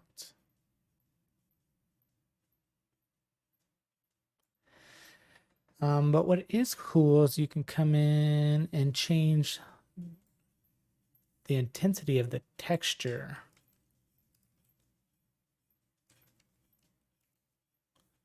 And if you change up the texture, UDS is really cool. It's really powerful. There's not a ton of like documentation on how everything works. So it's literally just a lot of like trial and error, just see what works and what doesn't work. We might have to adjust maybe our convolution bloom or something because it's just kind of blowing it out a little bit at the moment. But I don't know. I don't know if I like that or not, or if I just want to keep it up top. I think we're probably just going to keep it up top and to the back.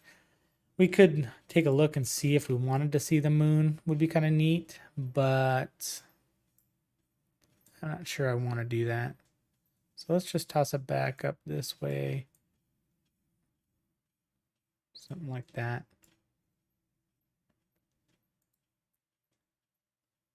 Yeah, it still feels pretty good. Feels like the moon coming through. Let's see. We're definitely going to want some fog. So let's go to our fog. Get to like 2. And then you need to turn on volumetric fog. So if you search fog, and there's a bunch of fog settings too. So you'll want to kind of go through those because you can get some pretty cool like density settings and color settings with fog, and it can really change how stuff looks, and the height of it. So if you kind of want it a little bit lower or higher above, you know. Let's see.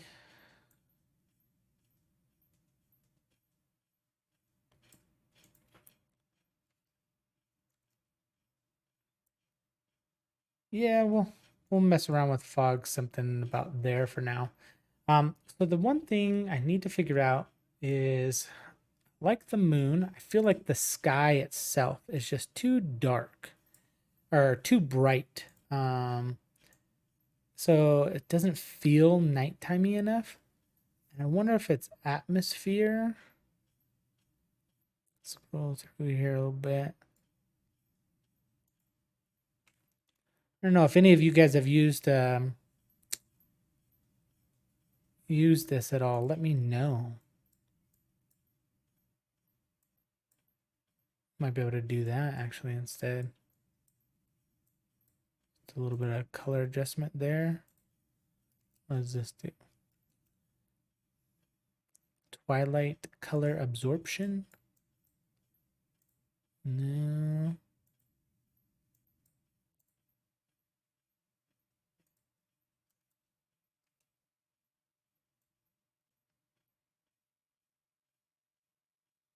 I think that helped a little bit though, because I just don't want it to be like super daylight.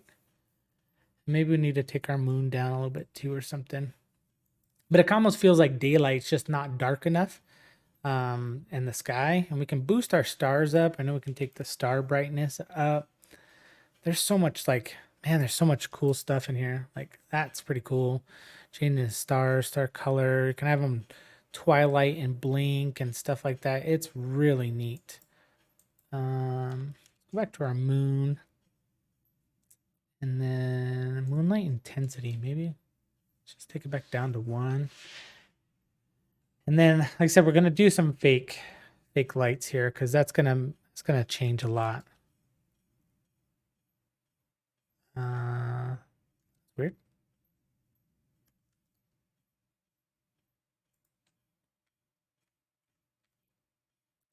Oh, 0.2. Let's try 0.2 there. And we got movable, angle, orbit, dark side, brightness, moon, texture, intensity. gonna set that to normal again, so it's not bothering us there. Moonlight color. Ooh, we might actually end up going a little more blue. We could always do that in post, but if we can get as close as possible in Unreal, like, might as well. Kind of like a little bit more blue. Let's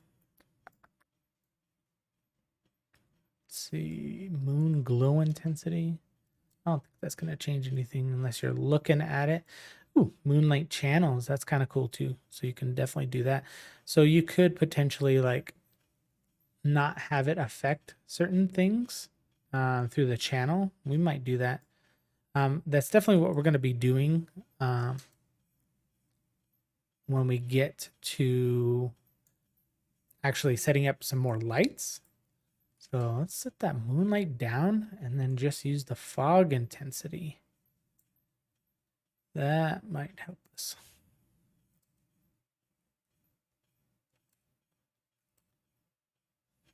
And of course, this is all going to be to your taste. What do you like? This is just kind of where I'm going. And it's always like trial and error for a lot of stuff, you know? Find out what works, what doesn't work, what looks good, what doesn't look good. It's all personal taste. All right. So now that we got that, let's go ahead. I have a... Should I do the moonlight? Let's just do the moonlight. So I'm going to use a rec light, only because I kind of want nice soft light on our people. And we're going to get kind of a similar angle, or at least close, not perfect. And what we're going to do is we're going to use this to light our guys, the dinosaur and our character in a slightly different way. We might need let me hop into UDS again real quick. We're going to grab that moonlight color real quick. Quick little tip. You can always take a color swatch and you drag it right here and it saves it in that little spot for you. I just learned that not that long ago. So that is pretty cool. So now you have it up here and I can just click on that. Perfect. There's our moonlight. Cast it on our dinosaur. Let's adjust the size. We're just going to make it a little bit longer. Probably leave it about the same length like that. Because we do want it to encompass kind of the whole guy. And I think that's going to be, yeah, something like that. And yep. That's looking pretty good. So what we're going to do is we're going to set up channels. If you haven't used light channels, click on your light and type in channel. And you can see it's on channel 0, 1, and 2. So it's only turned on for 0 at the moment. And that's your base channel for like everything that works. Everything that comes in your scene is on channel 0. But I want it to not affect anything on channel 0, only channel 1. What you see is that even though I turn on channel 1, nothing is actually changing. So if we click on our dinosaur, same thing, I still have channel searched. And now I turn on 1. Now our dinosaur is going to absorb light from both channel 1 or channel 0 and channel 1, which is cool. Another thing that we're going to do is we are going to take our light and we're going to parent it to our dinosaur. And we're not going to parent to any specific bone or anything. We're going to choose none. And what this is going to do is that means the light is going to move with him. So that will keep the light there and he doesn't run away. So at the moment it's looking a little rough, but we're going to adjust that. So let's go to our halfway point here. Let's take this up a little bit. We'll even take it back. We're probably going to bring the intensity down. Doesn't need to be like crazy on him. So maybe 3. And one thing you have to do is come in here to volumetric scattering and turn that to 0. You can't just drag it down because the default is actually is less. It's like 0.25, but we want 0 because even though it's on a different channel, it's still going to affect the fog. So we want to make sure that it's not affecting the fog at all. Another thing that we could do, we could maybe even make it bigger the other direction. Let's see what that does. Yeah, that might actually look even better. So let's do that.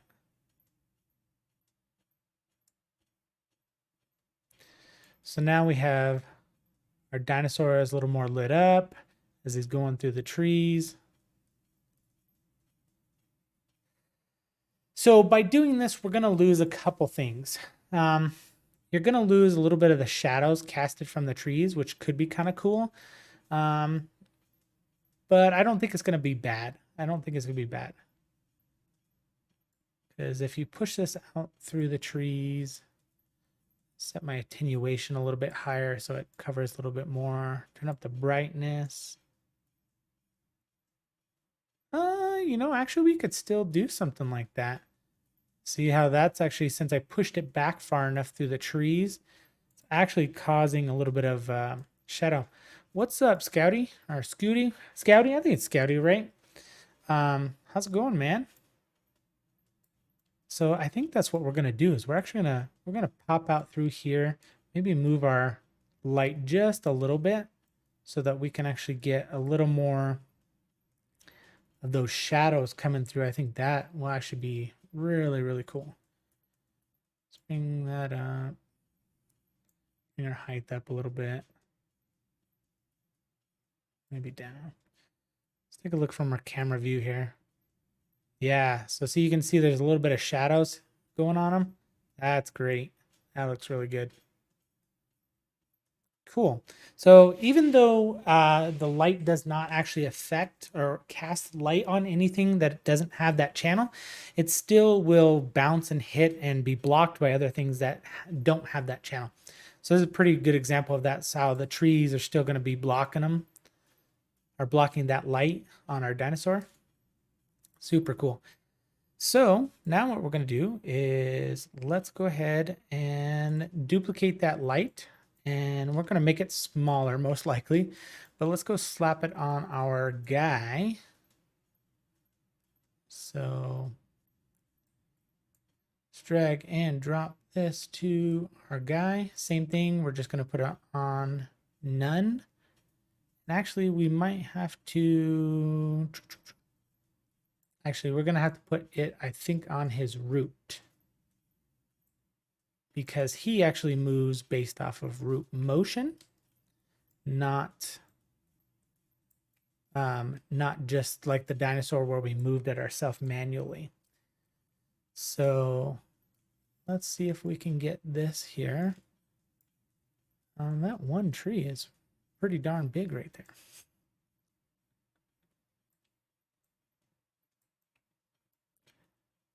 Let's see if we can see it in our scene here. Oh, and we need to turn on channel 2 for him. So now we have channel 2 for him, and the light is still at channel 2. I don't feel like we're getting any light on him for some reason. Let's just crank this. Okay, so looks like maybe a little bit there. I think it's because... yeah, he's like behind that one big tree right there. So let's take the brightness back down. So that could be cool right here where he kind of comes out past the tree, comes into light, you know. But I think I want to, even if our light isn't in the exact same spot as the dinosaur, we still need to get something pretty similar here. And we're actually going to... oh, not that one. We're going to crush this down just a little bit because it doesn't need to be quite the scale of the dinosaur. It's a much smaller person. And really, the bigger you make it, the softer the light is going to be. And we have a pretty good soft light already just from the moon. We want to have something that's got a little more definition on him. And so we might even have to bring it in beyond that one tree there. Or maybe we can have it kind of clip through the tree a little bit like that.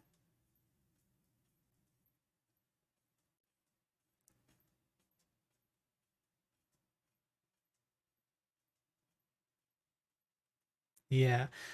But we can't have him come in too much light there at the end because really the moon should be back behind him, which is more like here. So we're going to toss it like that. So that way it doesn't come into like crazy direct light. So that looks pretty good. Now we got a nice little rim light going on the back side of them. Yeah. Nice. Learning from the master, huh? Yeah, I don't know about the master, but you know, I really do enjoy Unreal. It's a lot of fun. And you know, a lot of people kind of look down on people that don't really model and make their own assets, and I get it. I totally get it. If I can model, I would. I just don't want to spend the time on that. I'd rather just jump in and make something cool and kind of enjoy it. Give me just a second here, guys. I'm going to take a quick phone call. I'm going to go ahead and loop this for you so you got it going. I'll be right back.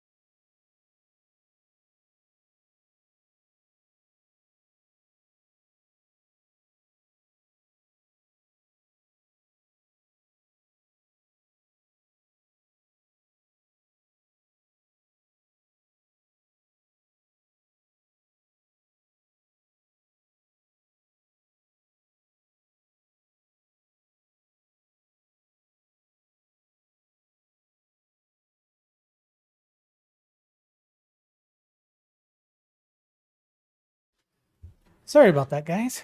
Just had to, it's the wife. When the wife calls, you answer.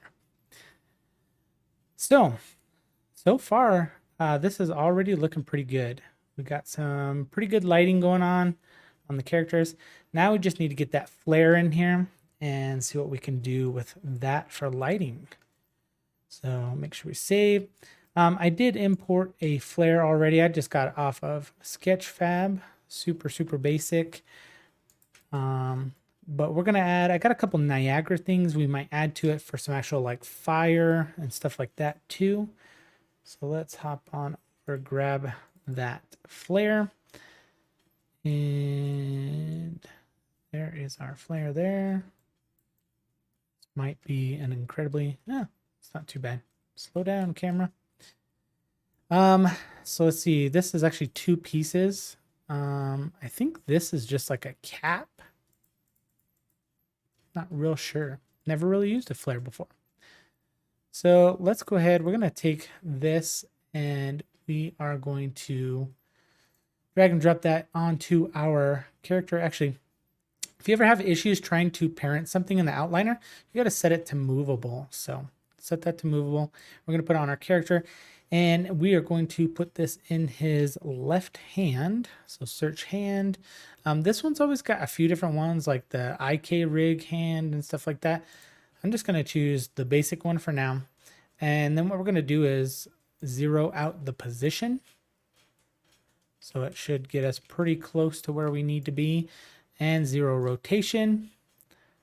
So it's always a little bit different. Let me regroup that one back. I feel like that might be a little small of a flare. Maybe something like that. See if we can get it in his hand here. Sometimes stuff like this is kind of silly, but just takes a little bit of time. I think we're going to go bigger than that too. So if any of you guys have seen Jurassic Park or Jurassic World, they both have like the iconic kind of flare where they run with the flare and get the T-Rex's attention. So that's kind of what inspired the original idea of this, you know.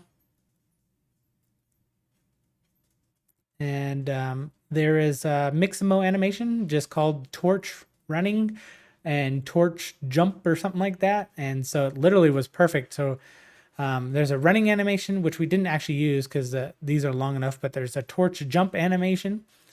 And then there's a torch run to a a stop.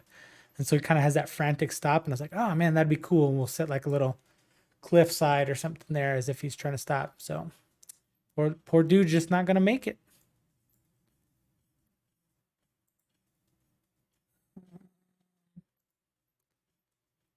This is actually a quick little note. So if you look here in my outliner, it has this, the foliage scatter that we used. And this is stupid. Sometimes I'm not sure what the keybind is, but every once in a while I somehow accidentally add stuff to the outliner or the sequencer and I don't want it. And if you delete it, sometimes it will like disappear or move on you. So what you can do is if you right click and you can go to a delete and keep state. So it'll delete it from the sequencer, but it keeps that state, that position. I'm not sure what that is. Is that actually something? No, I think it's just like this selection, but going over there for some reason. Good old Unreal. There's actually a couple other things you can see in here. So there's this one here, which was rocky. That was one of the rocky grounds that we placed that we accidentally put in there. So same thing, delete and keep state. But for some reason, I don't know what the keystroke is, but I accidentally always add it into the stupid sequencer, and that kind of stinks. Anyways, back to it. So let's get to our initial position here. I have a couple different things. So there's this one Niagara pack system that I use all the time. It's called like Realistic Starter VFX Pack. It's got a bunch of pretty good stuff in it. I don't have anything that's actual like flare, but what I'm gonna do is actually I'm gonna duplicate this jet engine one, because the flares are pretty aggressive. Like they're fast fire, not so much like a torch. So I'm gonna use this as the flare, but obviously not at this level. We're definitely gonna have to take this down. So I'm gonna open this up a little bit here. I'm gonna see if I can work a little bit on this so you guys can still see it here. So a few things here in Niagara. We're going to zoom in. I know there's some stuff that I don't want. I don't want the ground smoke because this is supposed to be like a jet engine shooting off a rocket or something here. And actually, yeah, let me just make this full screen. We don't need the fire on the ground. That's irrelevant. Some of these, sometimes you need, sometimes you don't. So I'm going to get rid of that dummy one. There's a smoke, 2 smoke elements in the jet. So I think we're going to use those potentially. We definitely need to make it quite a bit smaller. The smoke element here, we are going to, one thing I want to show you guys that's really important, especially with like, if you're doing stuff with shallow depth of field, on almost all your materials, especially stuff that comes like with assets like this, you're going to want to open up your material, right? And just click a blank area, and if it's a translucent material, I should say, just click in an open area, and here on the left side, you're going to see it's like surface, translucent, default. So just search right here, search for DOF, that's depth of field, and set that to before DOF.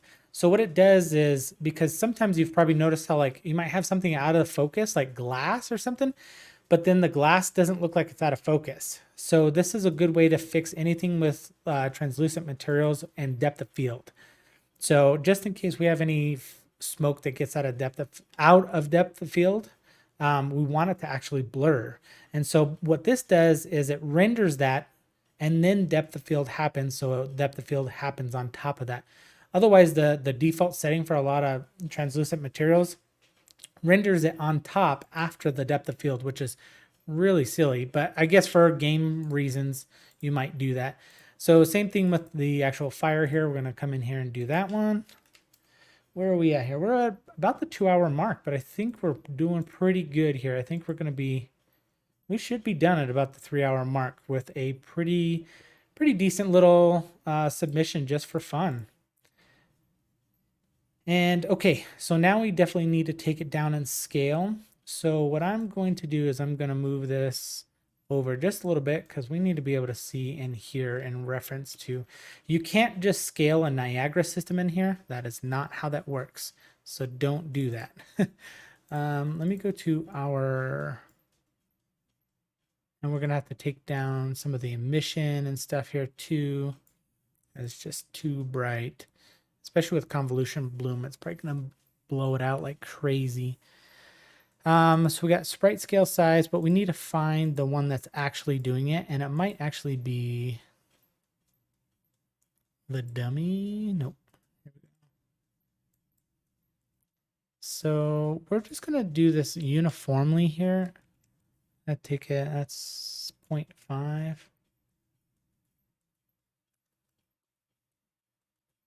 So 0.3 is pretty good. Let's change our spawn rate to like 10 just so we can kind of get a slightly better idea. Spawn rate down. We need, let me come over here and we're gonna flip this. Actually, let me snap this real quick. I always work in like 5-degree snaps for rotation. I usually turn off everything else unless I absolutely need it, but I like rotation just because I want to be able to get a 90, a 180 pretty easy. Okay, so too much velocity. So let's take the velocity down to like negative 200. Sorry, you guys probably can't see this area here. Let me bring this in. So negative 200 and negative 300. Probably like negative 50, negative 100. Yeah, that's a little bit better because Flare's pretty good. Like it's pretty fast like that. And that might even be better. That's a little more. I know it's totally just like out glowing out of the world right now, but we're gonna adjust that. So that brings it down a little bit.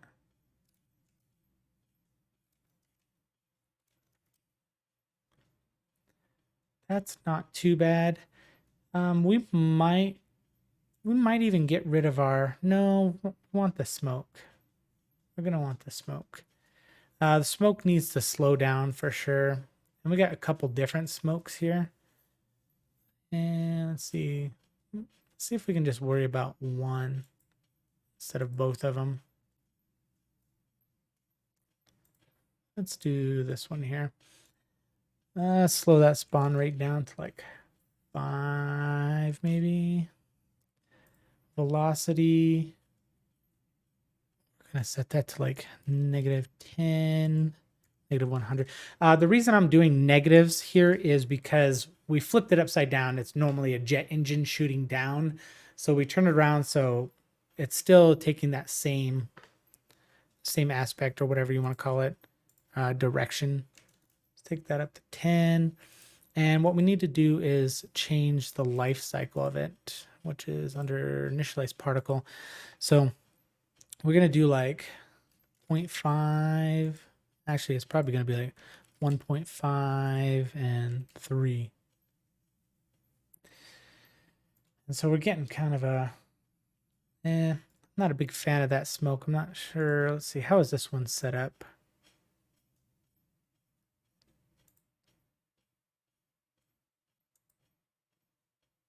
So maybe we can get the velocity back up too.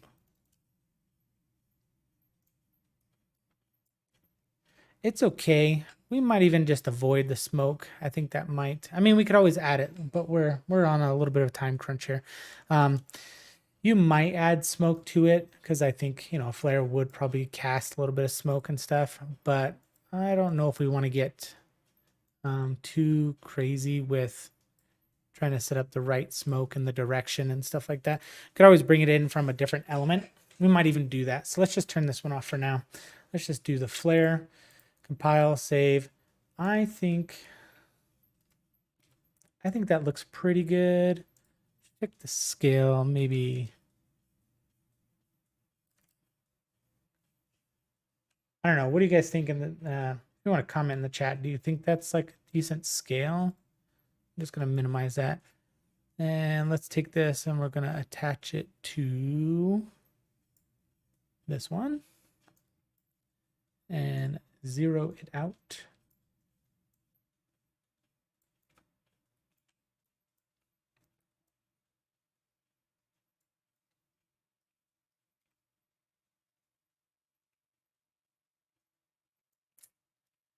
that looks pretty good. There is a bit of a depth fade on it, so we might move it forward just a little bit. And let's see from the camera, because it's really all that kind of matters. But see, you can see that convolution bloom in effect there. I think that looks pretty cool. So you can see he's getting a little bit of like red lighting on him, right? Just from that, which is cool. But I really feel like we want to boost that up. We want to get a super nice red glow.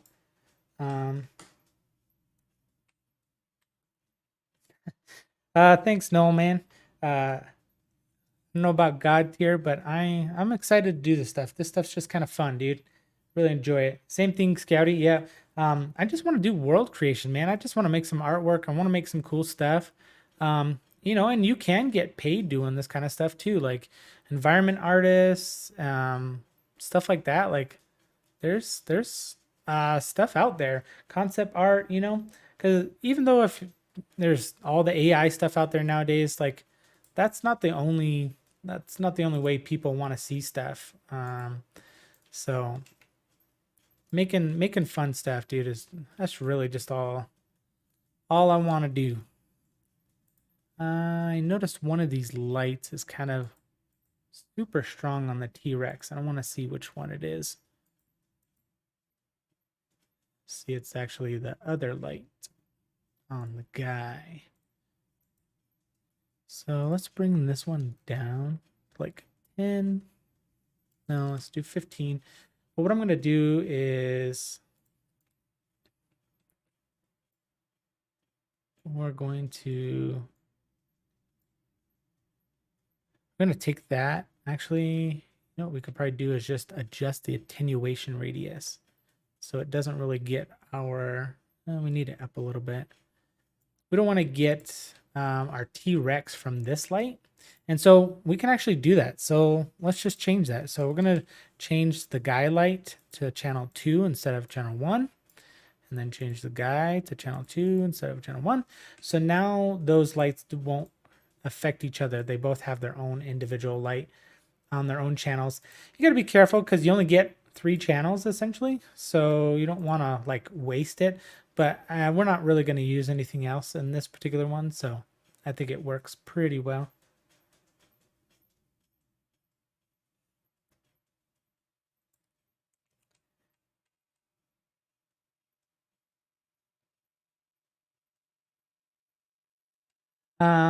You're saying a bit large. What are you talking about? A bit large? Oh, like the dinosaur and stuff. Yeah, it's because he's moving so much. He is gonna start kind of small, and then he definitely comes into scene. And of course, the character starts about the correct size, but he's moving towards the camera also a little bit. So you're definitely changing position there a little bit, I think. But I think this already is looking pretty good. I'm going to actually take the Niagara and I'm going to boost up that spawn rate even more. I want it to just be like, I think flares are like pretty aggressive. They're just kind of rowdy. Yeah, that looks better. So another thing to kind of show you guys, quick little tip here. So on our flare, if you're going to be rendering a cinematic or a sequence and stuff, don't just let the flare just be in your outliner and in your scene. You need to add that to your actual sequencer. So let's drag that into our sequencer here. And what we do is we add a track. We add the actual Niagara component.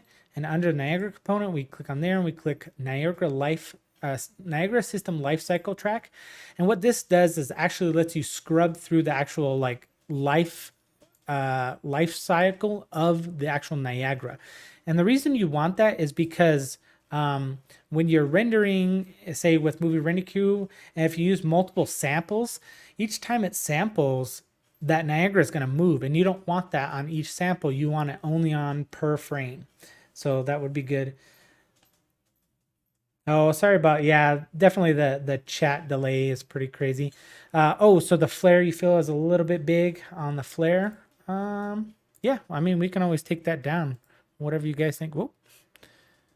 Let's open him back up real quick. We'll just set him down to, 0.15. Let's see if that does it for us there. And part of it's just going to be the pretty heavy bloom at the moment. And 30, 50. Let's do 40. And I think actually for the velocity, we're going to change that. We're going to do like a negative 50 and negative 70. So it's not really moving all that much. I feel like that doesn't like, it's not like flames that kind of shoot up at different like levels. I feel like it's just like in one little spot. I'm sure I could be looking up references at the moment, but I am not. So we're just going to do with what we got. So that's looking pretty good. Let's jump into our camera real quick. Let's check that convolution bloom and see if we can bring that down a little bit.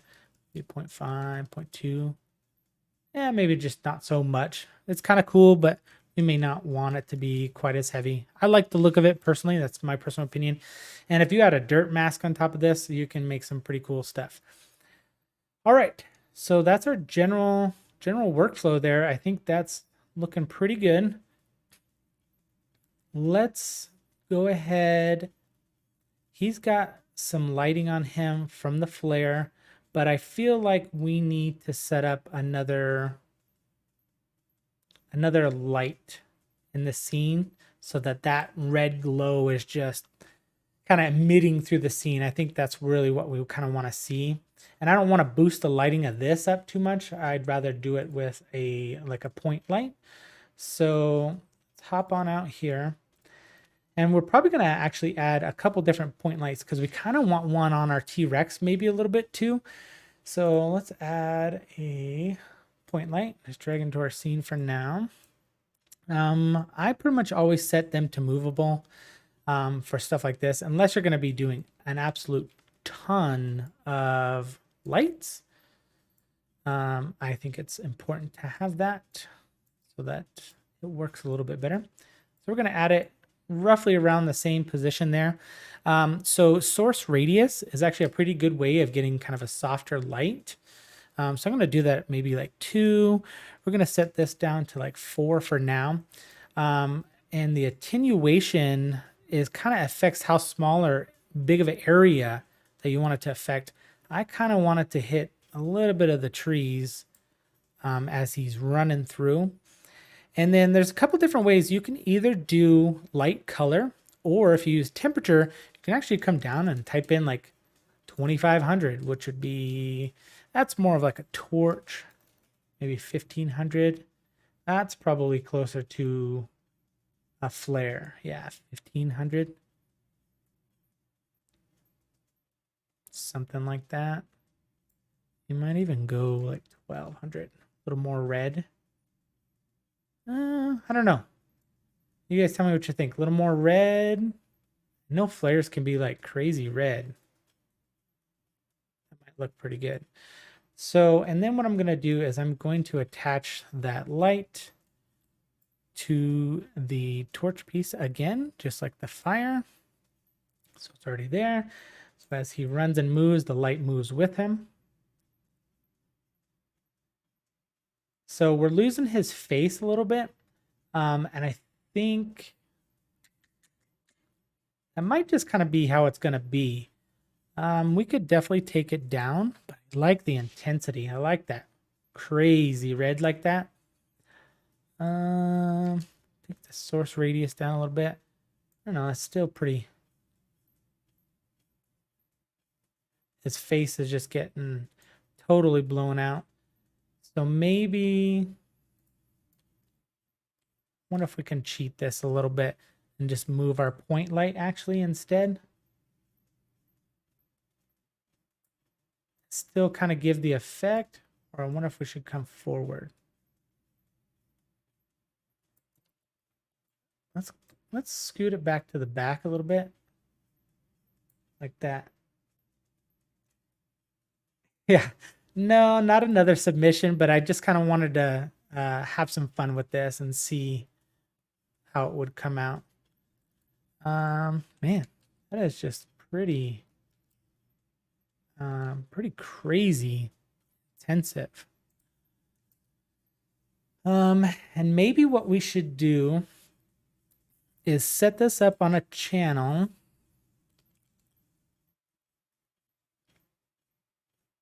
I can't really change the channel because it's still going to be doing it globally. Oh, our light is all sorts of whack. So let's find out why our light is moving so random.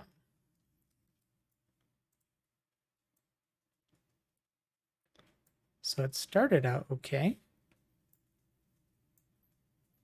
Then I think it's probably because of the offset. So we need to set that. So the light needs to stay there unless we just want to move the light ourselves kind of dynamically. We could maybe do that.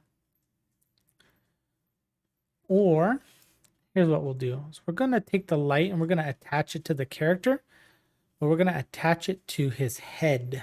So I know that's not going to be super accurate with the actual flames.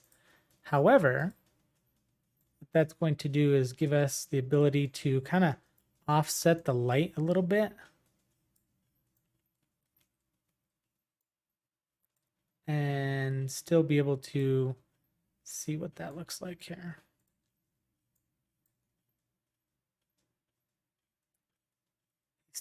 He's still kind of blown out, but only on the one side of his face. And I think actually what it is here is subsurface on him. I think his skin subsurface is pretty crazy, maybe. Or is it just glowing through him? It might just be glowing through him, it looks like. Material does not have subsurface. It appears that way, but he does not. Let's see.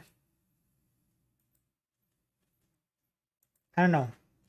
What do you guys think? Flares are pretty small light sources and then big, but the camera angle makes that look good. Yeah, I really do like the flare, but maybe we just need to move it out further. Something like that. I know it's a little cheaty to get around it, but I think we really we need this nice bright glow, but it's just totally killing his face. And you know what we could do? Let's hop into our camera real quick. Maybe our exposure is just up a little high. Maybe we could take the bloom down a little bit more. Because we kind of want a nice dark scene anyways.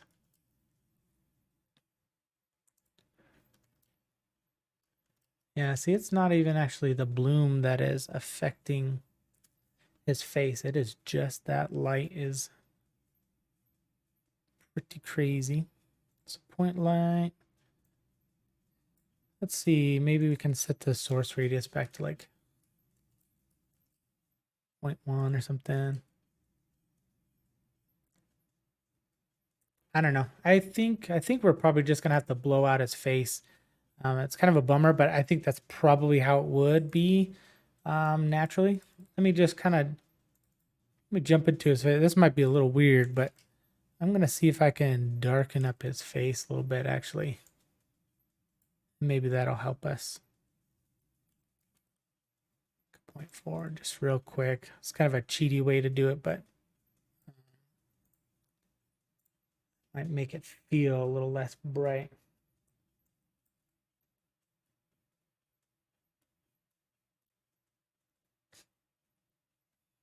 Yeah, that looks pretty good. And as the T-Rex gets close, then the light starts to hit him. That looks good. Let's actually set the attenuation of the light just a little bit closer or a little bit further. I want that T-Rex to start hitting the light a little bit further out.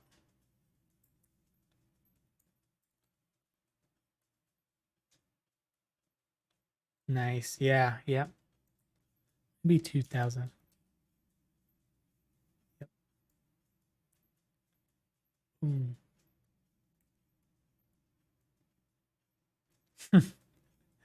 Poor dude, he ain't gonna make it. Let me play this back just a couple times here and see what we got.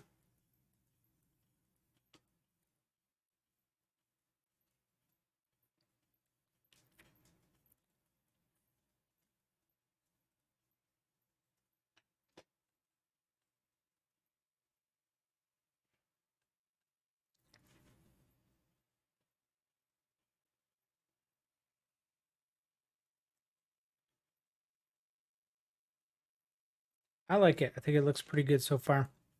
What do you guys think? Any comments, suggestions, anything like that? I can always change up some stuff, add some stuff.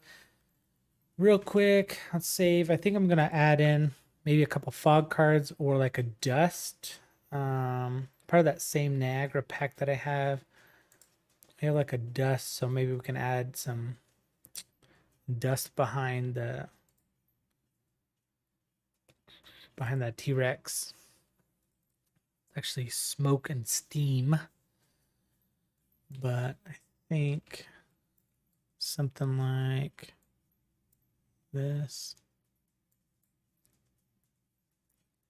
probably work pretty well. Yep. Rotate that 90. Take that, slap that on our dyno. Slap it on the dyno. And then zero it out.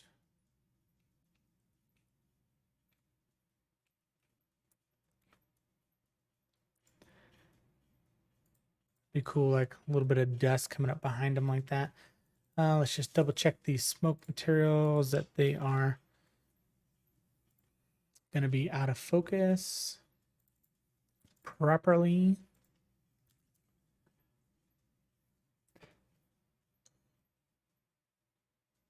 Some simple particles like from the T-Rex's mouth, like some spit or something. We could probably do that. That probably should be pretty easy. We'll probably start from a base Niagara and then just kind of drag and drop it in there. I do want to say I appreciate you guys jumping in and checking out the stream and stuff. I'm sure it's not super, super exciting, but I want to get a little more into doing the streams and stuff like this.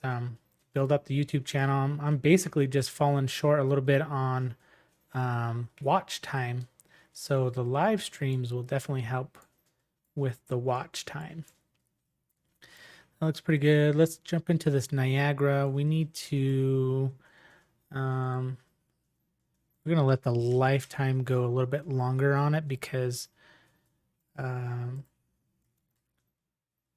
if it's not very long, it's just going to kind of disappear. We want it to kind of stick around for a little while in there in the background. I think it'll be cool. Spawn rate's pretty good. Color, I don't think we need much for velocity. Anything like that. We might have to change to local space. We got to see how this one is going to interact. So this is another good example of how you're going to want to take that smoke Niagara system, add it into the sequencer, do the Niagara component, then a life cycle track. Oh, one thing I forgot to tell you. After you add the life cycle track, the red bar, you actually have to right click, go to properties, and then age update mode. You change that to desired age.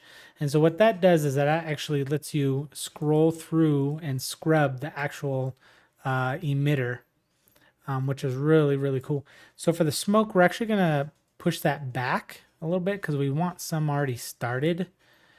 And for the flare, we'll probably just do it back one frame, something like that. And so let's see, a good example of this is if you look, the flare is not moving anymore. But as I scrub through, the flare will actually start to animate. So it's only going to animate as the timeline moves forward, which is pretty cool. This is one of those things like you learn and you're just like one of the best things that you've learned because if you don't know how to do it, then it's like a huge pain in the butt and you rack your brain around it for hours trying to figure out what it is. I think this needs to be on local space because I think the way the emitter needs to follow the character, it needs to stay in local space. But let me check because there's a couple different methods for doing the smoke and fog like that, or any Niagara system. Because if you don't have it follow it properly, it like it won't stay and linger. It will just, okay, so it was set up right. You can see how the fog is like moving with him. We don't want it to move like the pieces that are already emitted. We don't want those to follow him.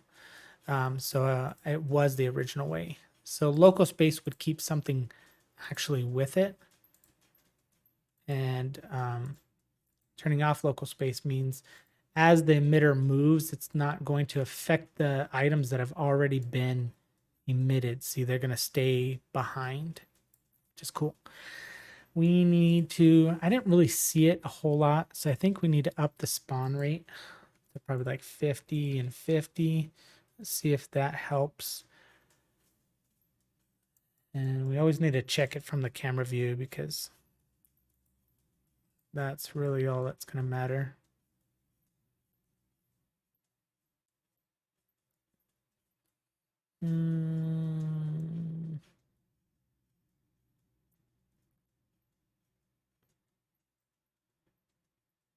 We might actually...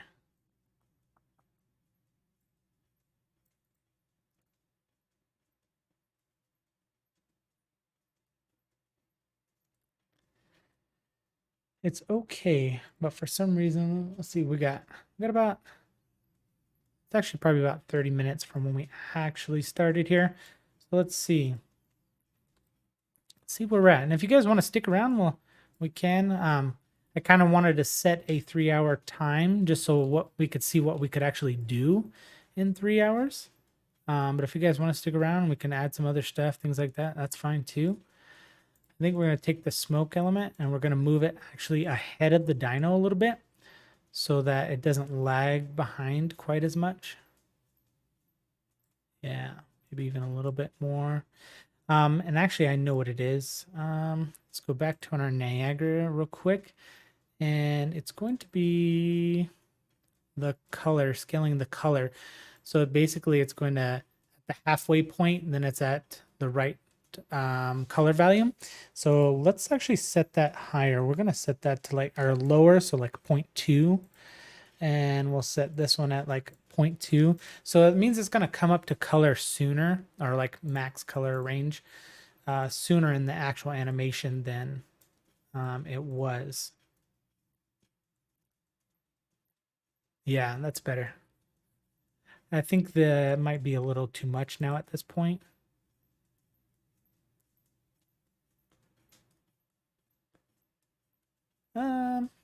Yeah, it's not bad, but I think we're emitting a little too many now. So let's take that down to like 35. Pile. Yeah, that looks pretty good. We could always go in and like color tone it a little bit, but I think it's picking up the blue anyways from the moon. So I think that looks pretty good. Yeah, so like a breath vapor or maybe some spit. Dammy, I got the assets from the marketplace, Unreal Marketplace. I think the main character, this guy was like on sale or maybe even free at one point. The dinosaurs are paid for, but I catch them on sale, usually half off, maybe even 70% off. They are incredible dinosaurs for the Unreal Marketplace, some of the best ones out there. I'll link them in the description after the live stream and stuff. Ryan, Niagara Stuff. Yeah, Niagara is actually incredibly powerful and really, really cool. And they even have Niagara fluid systems now, so you can actually do like some better looking smokes and water. Water's not really good, but smoke is real good. But I don't know. I think Epic might be abandoning some of that stuff because with VDB support, I think they're making that native support now for VDBs, so they might just kind of do that instead of trying to do it themselves, because it's pretty complicated. But I think they just need to buy, personally, I think they need to buy, what is it, Jenga FX. They need to buy Embergen and Liquidgen and just make it part of Unreal. That'd be absolutely sick. Let's take a look here real quick at some of the Niagara stuff to see what could we use for like a breath or maybe some spit. You could probably do like a spark and then just change it so it's not emissive. So I don't think we're going to have anything that's quite like... There's some water stuff. Let's see. This is like a single water explosion. I think that's going to be... that'd be some mighty spit coming out of there. It's probably a little too much.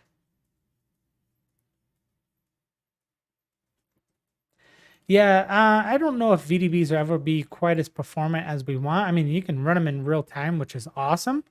But Niagara are just like nice little simple particle systems, sprites, flat planes, stuff like that. And a lot of times it can look really, really good anyways. So I don't know if VDBs have their place when you really need that actual like volumetrics, the depth and stuff. But I don't know if they'll ever be at a point to where you're going to want a ton of them. I did on my actual submission for this, I have several VDBs in there, like 7 or 8.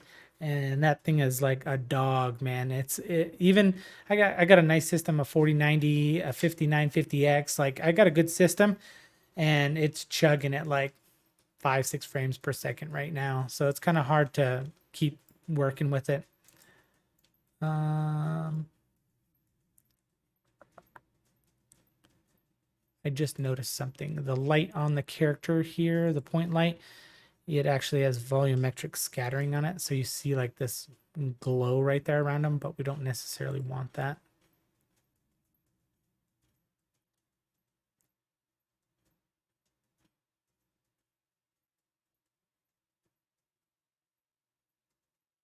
Yeah, still looks good. Let's see. I don't know if I really like that. I could probably do like a breath easier than I could some spit. But let's take a quick look here. I was hoping maybe this splash had something in there that we could maybe use. But I think we're probably going to have to go with like a spark or something like that. Yeah, so you're right, Stipo. Like there's no VDB interaction. So that is one thing that's really super cool. That would be the biggest thing that's going to separate like Niagara fluids from VDBs is no interaction at the moment. You know what I mean? Because you could add, interactive water, the smoke is going to move, stuff like that. But really, that's why I'm saying, like, I think Epic needs to just buy Embergen or something like that. Because then it supports the VDB, but you could actually have it in your scene and have it interact with geometry and stuff. That would be pretty awesome.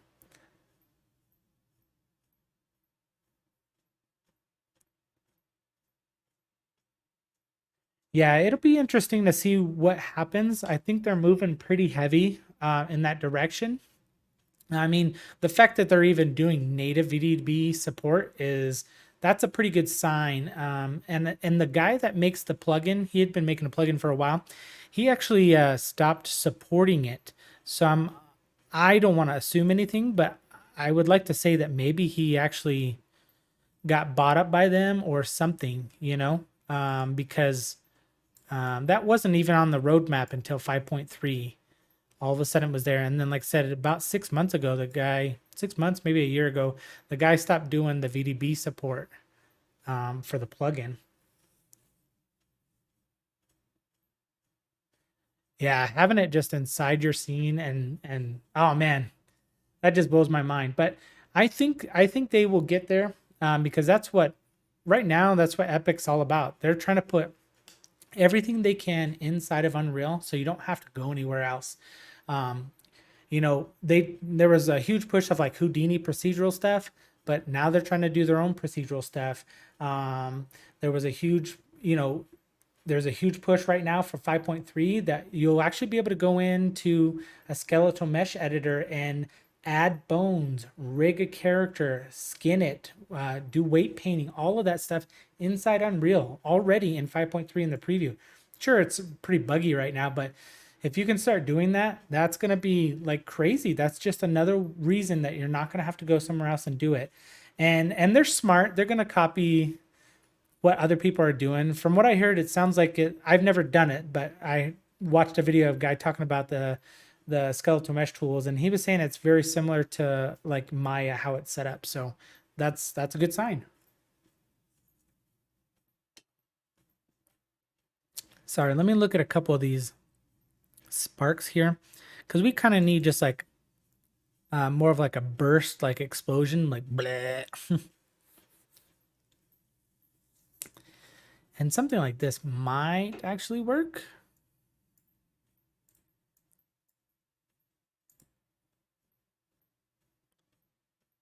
Yeah, let's do this one. I think this one might actually work. We just need to go into the glow here and just set it to like 0, 1. Let's do 1 because I think we're gonna need just a little bit of emission on it.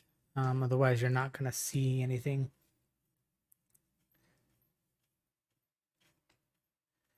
Yeah, I mean, I think I don't really know, but I think Maya is kind of like more of the animation software anyways. Like that's what a lot of people use for animation. So I think that would be their best choice to kind of stick to those tools, because it is really annoying to like go back and forth between software. I mean, I don't even do it all that often, but I just know it's not fun, and it's like saving it out and re-importing it and stuff like that. Because not everybody or everything has like a bridge system. Like if everything had like a bridge that you could just kind of like, you know, save it in your software and have it just like auto inject or auto update on your side, now that would be pretty cool. But I don't think most of them have that. Should we turn them into a dragon? Blah, spitting out sparks and flames. So we need to take the spark. I'm going to go ahead and set this to 0 at the moment because I want to see maybe 0.1, because it's going to have like probably a slight bit of illumination. Otherwise, you're not going to really even see it.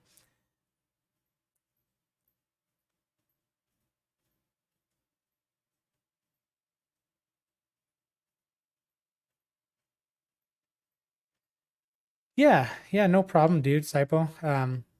It's gonna be pretty cool to see how a lot of this stuff changes. I know you were the one that was in charge of the Unreal template and stuff.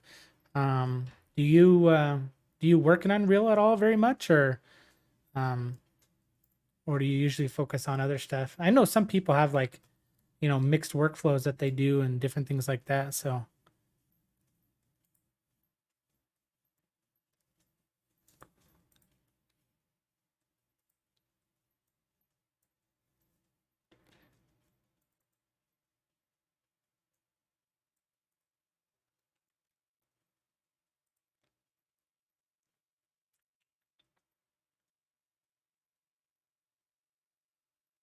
um, let's see. I think it's probably just a little too much particle spit. And it does actually have collisions enabled, so it's actually colliding with the tongue, which is kind of funny. We probably need to back it up inside of there a little bit more. Sometimes when you get a little risky with the collisions, yeah, spew molten lava all over them. That'd be pretty horrific, actually. We'll make the sphere a little bit bigger that it comes out of, like that.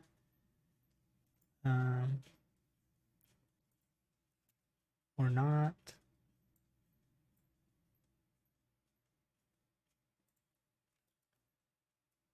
It's fine. It just needs to be about like that. I think we need like less gravity. Maybe it's the drag. Yeah, let's go into the drag here. I'm gonna set that to like 0.25 because we want some drag, but I think it's just slowing it down just a little too much. And the velocity.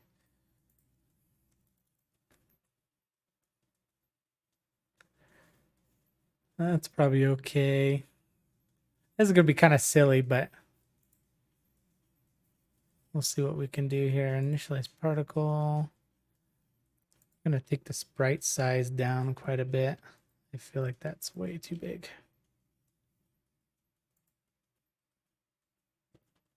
I don't know if you guys can see that on stream or not.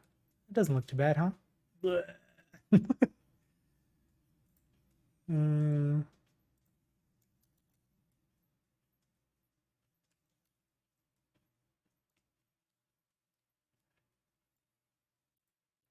I think that'll work. Let's see.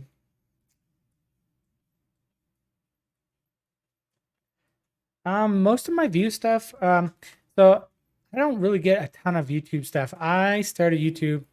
I'll try to make this as short as possible, but I started YouTube like back in 2007, and it has been a hodgepodge of different videos about a whole bunch of different stuff. And so I've never really like grown because I think the algorithm just kind of it just kills it, you know. Um, so I never really grew too much. I barely hit 2,000 subscribers maybe 6 months ago or something like that. The problem is it's about watch time, you know, and if you don't have the watch time, then it just doesn't really matter. For like, you know, if you want to try to earn some money, things like that. That's interesting that it's disappearing when I turn around. So I've done so much stupid videos over a lot of time, but I want to try to get it back. And I'm not sure if I should just start fresh or just keep what I got. I want to keep what I got because it's here, you know.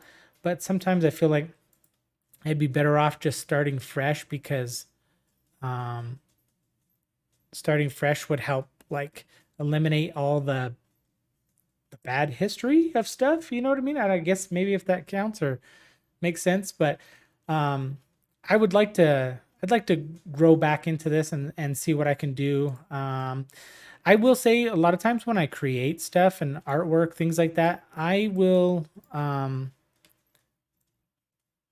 post it on Facebook groups, on Reddit.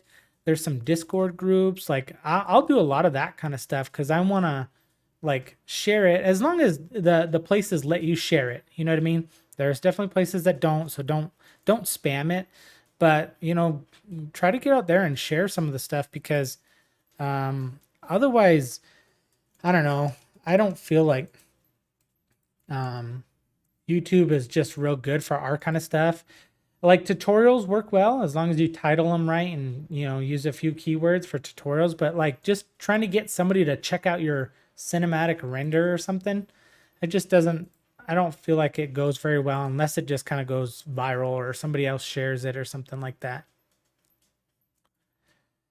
So our T-Rex is definitely spitting. I think he needs a little more. We might have to change this to local space. So I think this is probably an example of where you would use the local space because we kind of want the particles to just kind of keep moving with them, not stay in the spot when they're emitted because they have like velocity on top of velocity, if that makes sense.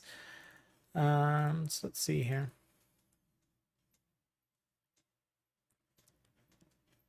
Yeah.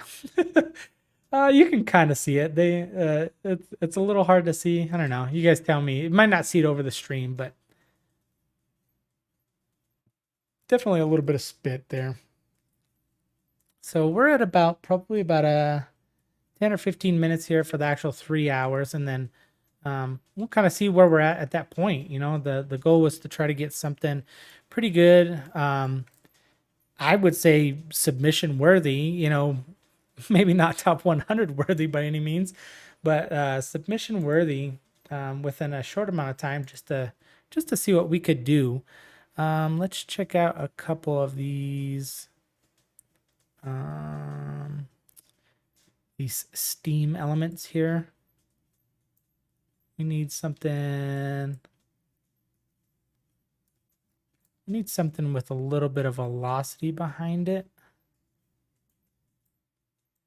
I feel, but we need to keep it pretty small.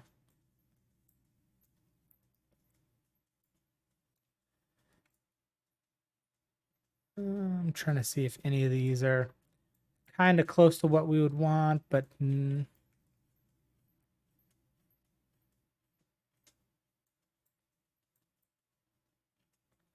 that's more of like a smoke. I think the same one that we used for the footprints is going to be good. We're just going to have to scale it down. So, hop into that one real quick. We just need to set sprite sizes, probably like 0.2 or 0.1.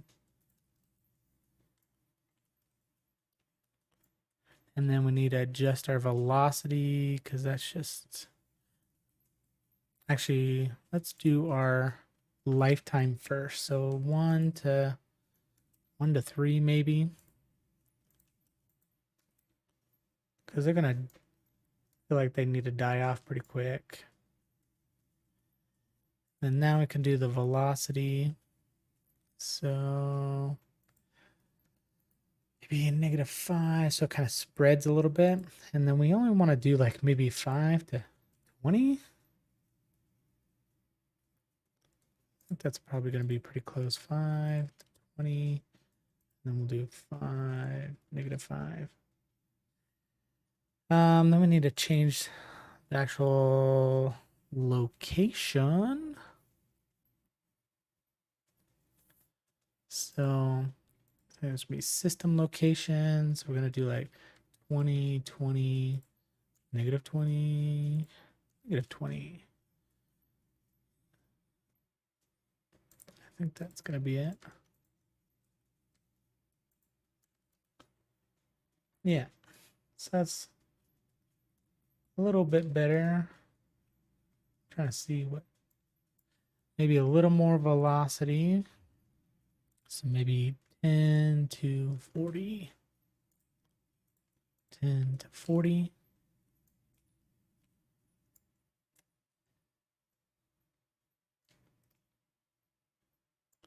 And we might take up the scale a little bit. Let's see. Sprite size. Let's do 0.2 instead.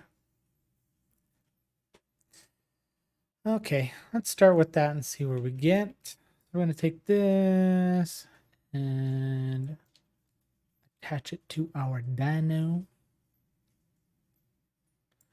And I don't think there's a mouth. No. So we just do the head. This guy's actually got a ton of different bones, so there's some other areas that you could maybe attach it to get slightly better results. But we are going to get to a point where his mouth is open.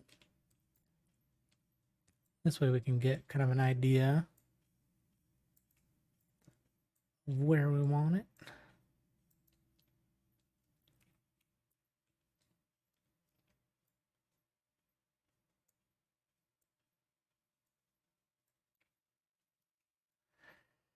And let's see, I think we need a little more velocity. It's not coming out very far. So maybe 100. Let's take that to 80. I think 80 is going to be pretty good. 80, we'll take the minimum up to like 40.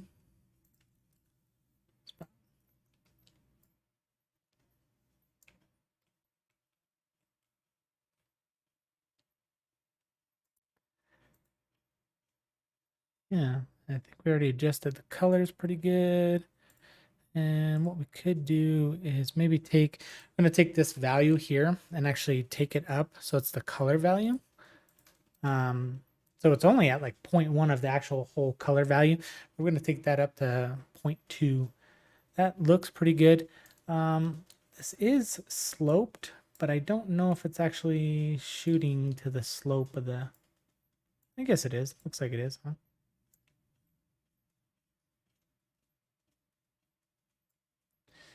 And so this would be another good example because we don't want, so the sparks or the spit, we don't really mind if that's emitting it all the time because it's inside the mouth. And since it has collisions, it's not actually doing anything until he opens his mouth. We'll probably still set it up in sequencer anyways, just because we want to make sure it's going to look good. Oops. Call that one breath. And then be it. So let's do our breath. And it needs to start about here.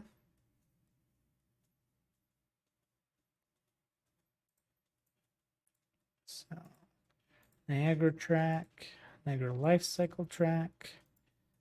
Right click on there and desired age.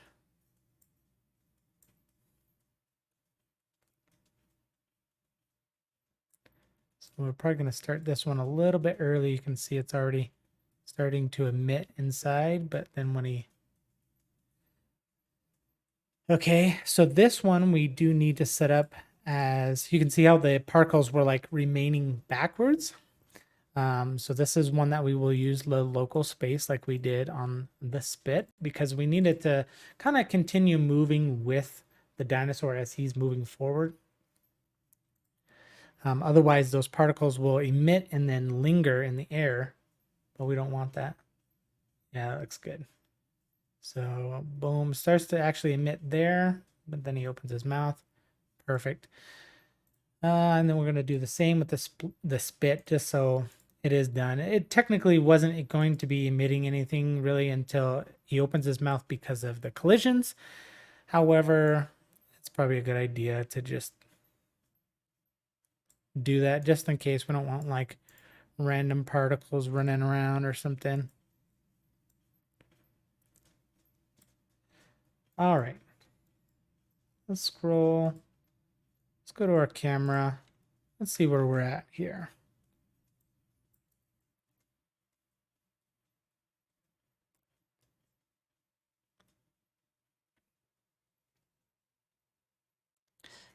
Yeah, it's not too bad. I mean, you can see the spit a little bit. I think the fog actually, or the breath needs to be a little bit bigger, I think. Let me move this out of the way and we can kind of see. Scale the sprite size. Let's do 0.3, 0.3.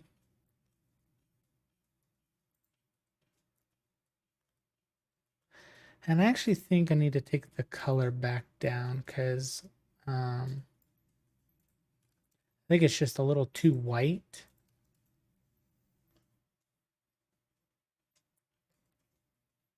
Yeah, that feels better. And I'm going to up the spawn rate to like 50. See what that does real quick.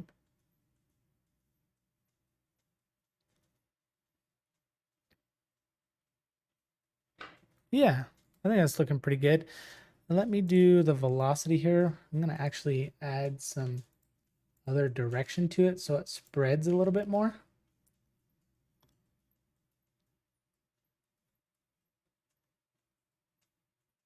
Cool.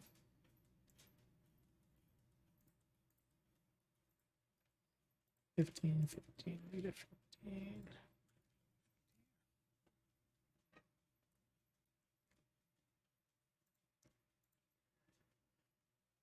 Yeah, let's see. I mean, overall, I think that looks pretty good. We got pretty simple animation. Dinosaur looks pretty good. I would probably change up. No, actually, I think it looks pretty good. Gyros look good. I like the nice red flare, getting some shadows and movement from the character as he's moving. Then the red flare starts to hit the dino as he gets close. I think that's pretty tight. Looks good. I guess one last quick little thing we could take a look at would be easy fog. Slap in a couple fog cards here real quick. His is really cool because it's a nice little blueprint. And, you know, we might even just put one here in the front to kind of give it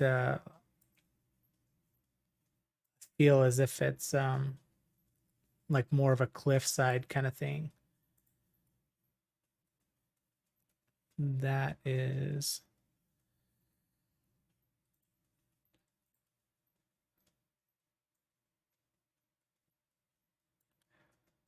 definitely need to adjust the intensity.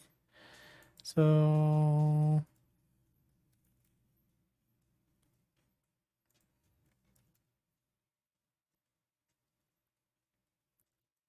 yeah, we may or may not add one here. Like, I'm not too sure. We definitely want one. And actually, we could get it probably a little bit more in front of the camera. Where's our camera at? Camera's way out here. So, I mean, this way you get a little bit of parallax as you're moving. Yeah, that's not horrible. Drop it down a little bit. Hop out of here. I'm just gonna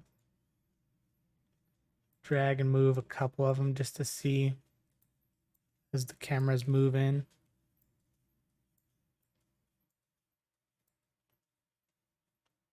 One thing you can always do too, some people don't know, but if you select your camera in the outliner, it'll pop up like this, and you can actually pin that so that you can actually work in your main viewport and still have your scene or your camera up, which is kind of cool.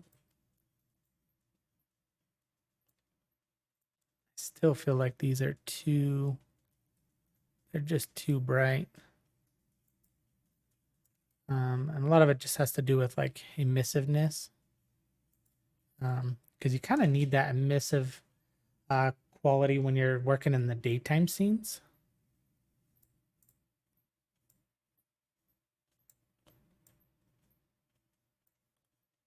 So now I'm not really seeing it at all.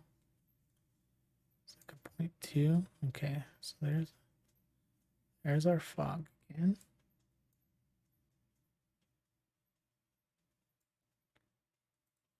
0.1.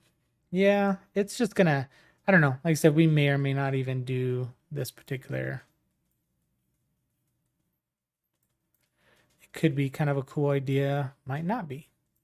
It's just sometimes just a little bit of trial and error, seeing if you like it or you don't.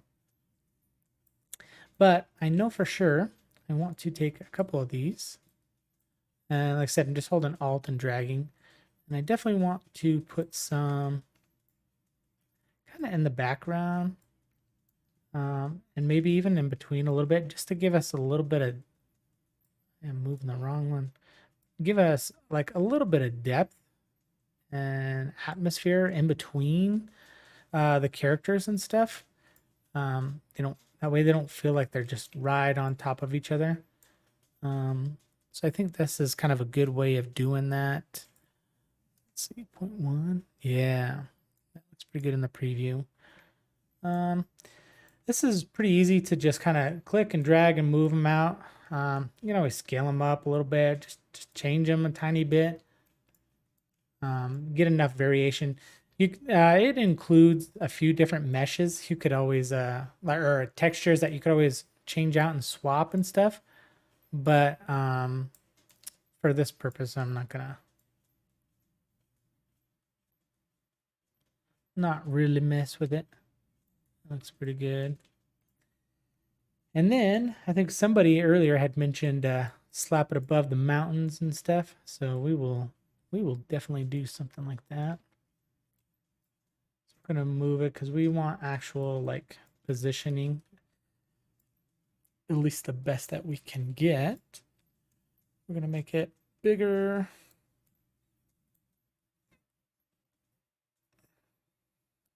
Yeah, even something like that's actually pretty cool because it gives just a little bit in front of the mountain. And I think we're going to have to take this one up a little bit. Maybe the intensity of the color. Ooh.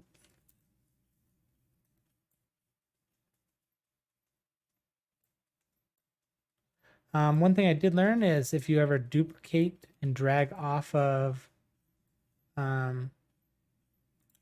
these fog carts, you got to make sure you move them like their Z depth, because if they try to fight Z depth, it doesn't work very well. So make sure you do that. That's pretty important. All right, so let's unpin that camera and take a quick look here.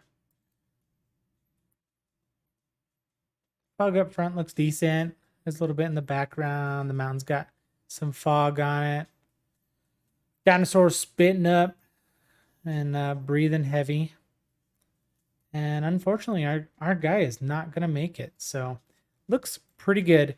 I'm going to do one last quick little thing here. I'm going to move a couple more of these because depending on what angle you're at, it changes.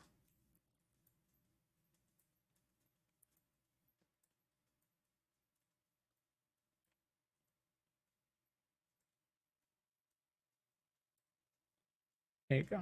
So that should cover every general angle. Yep. Awesome. So you definitely you could definitely take this a lot further if you wanted to. You could start using the UDS like rain and stuff. You could slap that in there, give it some cool rain that might give it a little more of the original Jurassic Park kind of vibes, you know. You could always tweak the animations a little bit. I think that for the most part the animations are pretty good. His head's a little lopsided for whatever reason, but pretty typical. Go in, modify some textures a little bit. You know, you definitely could tweak a lot. But I think for 3 hours, I would say this is nearly submission worthy already. But kind of show you guys a little bit of my workflow and kind of how I do stuff. I don't think I really had anything else in here that I was going to add or anything of that sort. You could always add other little dinosaurs or definitely more ground coverage. For this particular shot, it doesn't really matter because the camera's so low, you're not really going to see very much of it. I will actually take a look and I'm curious to see what path tracing looks like. Because I think pretty much everything in here works with path tracing, except for like the clouds. But we took the clouds out. Niagara works. The lighting is all going to be good. Easy Fog works with path tracing now. Yeah, I'm just I think most everything works with path tracing. You would want to go in, and anything that's nanited, you would definitely want to go in and change the fallback relative error so that it doesn't mess up your shadows. But especially on these trees, you can see the trees kind of look a little funny right now. But yeah, I mean, you could literally pretty much come in and do path tracing on this and get a really nice look, especially with the flare and stuff like that. This right here already looks better than Lumen. Let me go to the post-process volume real quick because actually to the camera. When you do path tracing, you need to go to your camera or your post-process volume and search path. And there's a couple things you want to turn on here. You want to turn on reference depth of field and atmosphere. If you notice, the colors just changed and stuff, so it's actually taking into effect the atmosphere around it. Otherwise, it doesn't really pay attention to that, like the atmosphere and the skylight and stuff. So definitely have that on. And I usually have the denoiser off if I'm going to render and stuff like that. You will run into some stuff like this. You can see quite a few fireflies. That is because of emissive materials. So if you went back to your camera and turned on path, or search path again. Under lighting components, they break it down in 5.2, which is awesome. So you can have path tracing ignore certain lighting components. So indirect emissive is pretty nice to turn off sometimes, because you can see I'm going to get much less fireflies. But what's happening now is the emissive materials aren't actually affecting anything, only itself. So it's kind of a give or take. You just kind of have to decide what you want to do with that. But anyways, there you have it, guys. Super happy that you guys joined in. I think we hit, I don't know, maybe 10 or something, 9 or 10 at one point. Yeah, looks like 10 for a few minutes there. I really appreciate this. This is the first time I've done this in quite a long time. I hope everything sounded good and looked pretty good, and the quality. I know sometimes in Unreal it starts chugging on the live stream because it's taking a lot in your actual environment and stuff too. Especially now that I'm probably doing path tracing. However, I hope you guys like it. If you're not subscribed already, which you probably are if you're here, make sure you do that. Hit the thumbs up and like. If you don't mind sharing it and stuff. This was kind of something I was thinking about a few days ago. I was like, man, I think I should do one of my first live streams, and what I'll do is I'll do a submission for the 3D render challenge, since it's super hot right now still, and see if I can bust one out in about 3 hours. And I think we did pretty close. We were right around 3 hours, and with a little bit of time in between and a couple breaks and stuff. But you guys tell me what you think. Submission worthy? Anybody want to buy it from me? No, I'm just kidding. We were joking around earlier. I was telling a couple people, I said, what I should do is sign up for my Patreon and enter for a chance to win this scene so you could submit it yourself. Nah, I'm just playing. But anyways, appreciate you guys. Thanks for checking out the video, and see you guys later.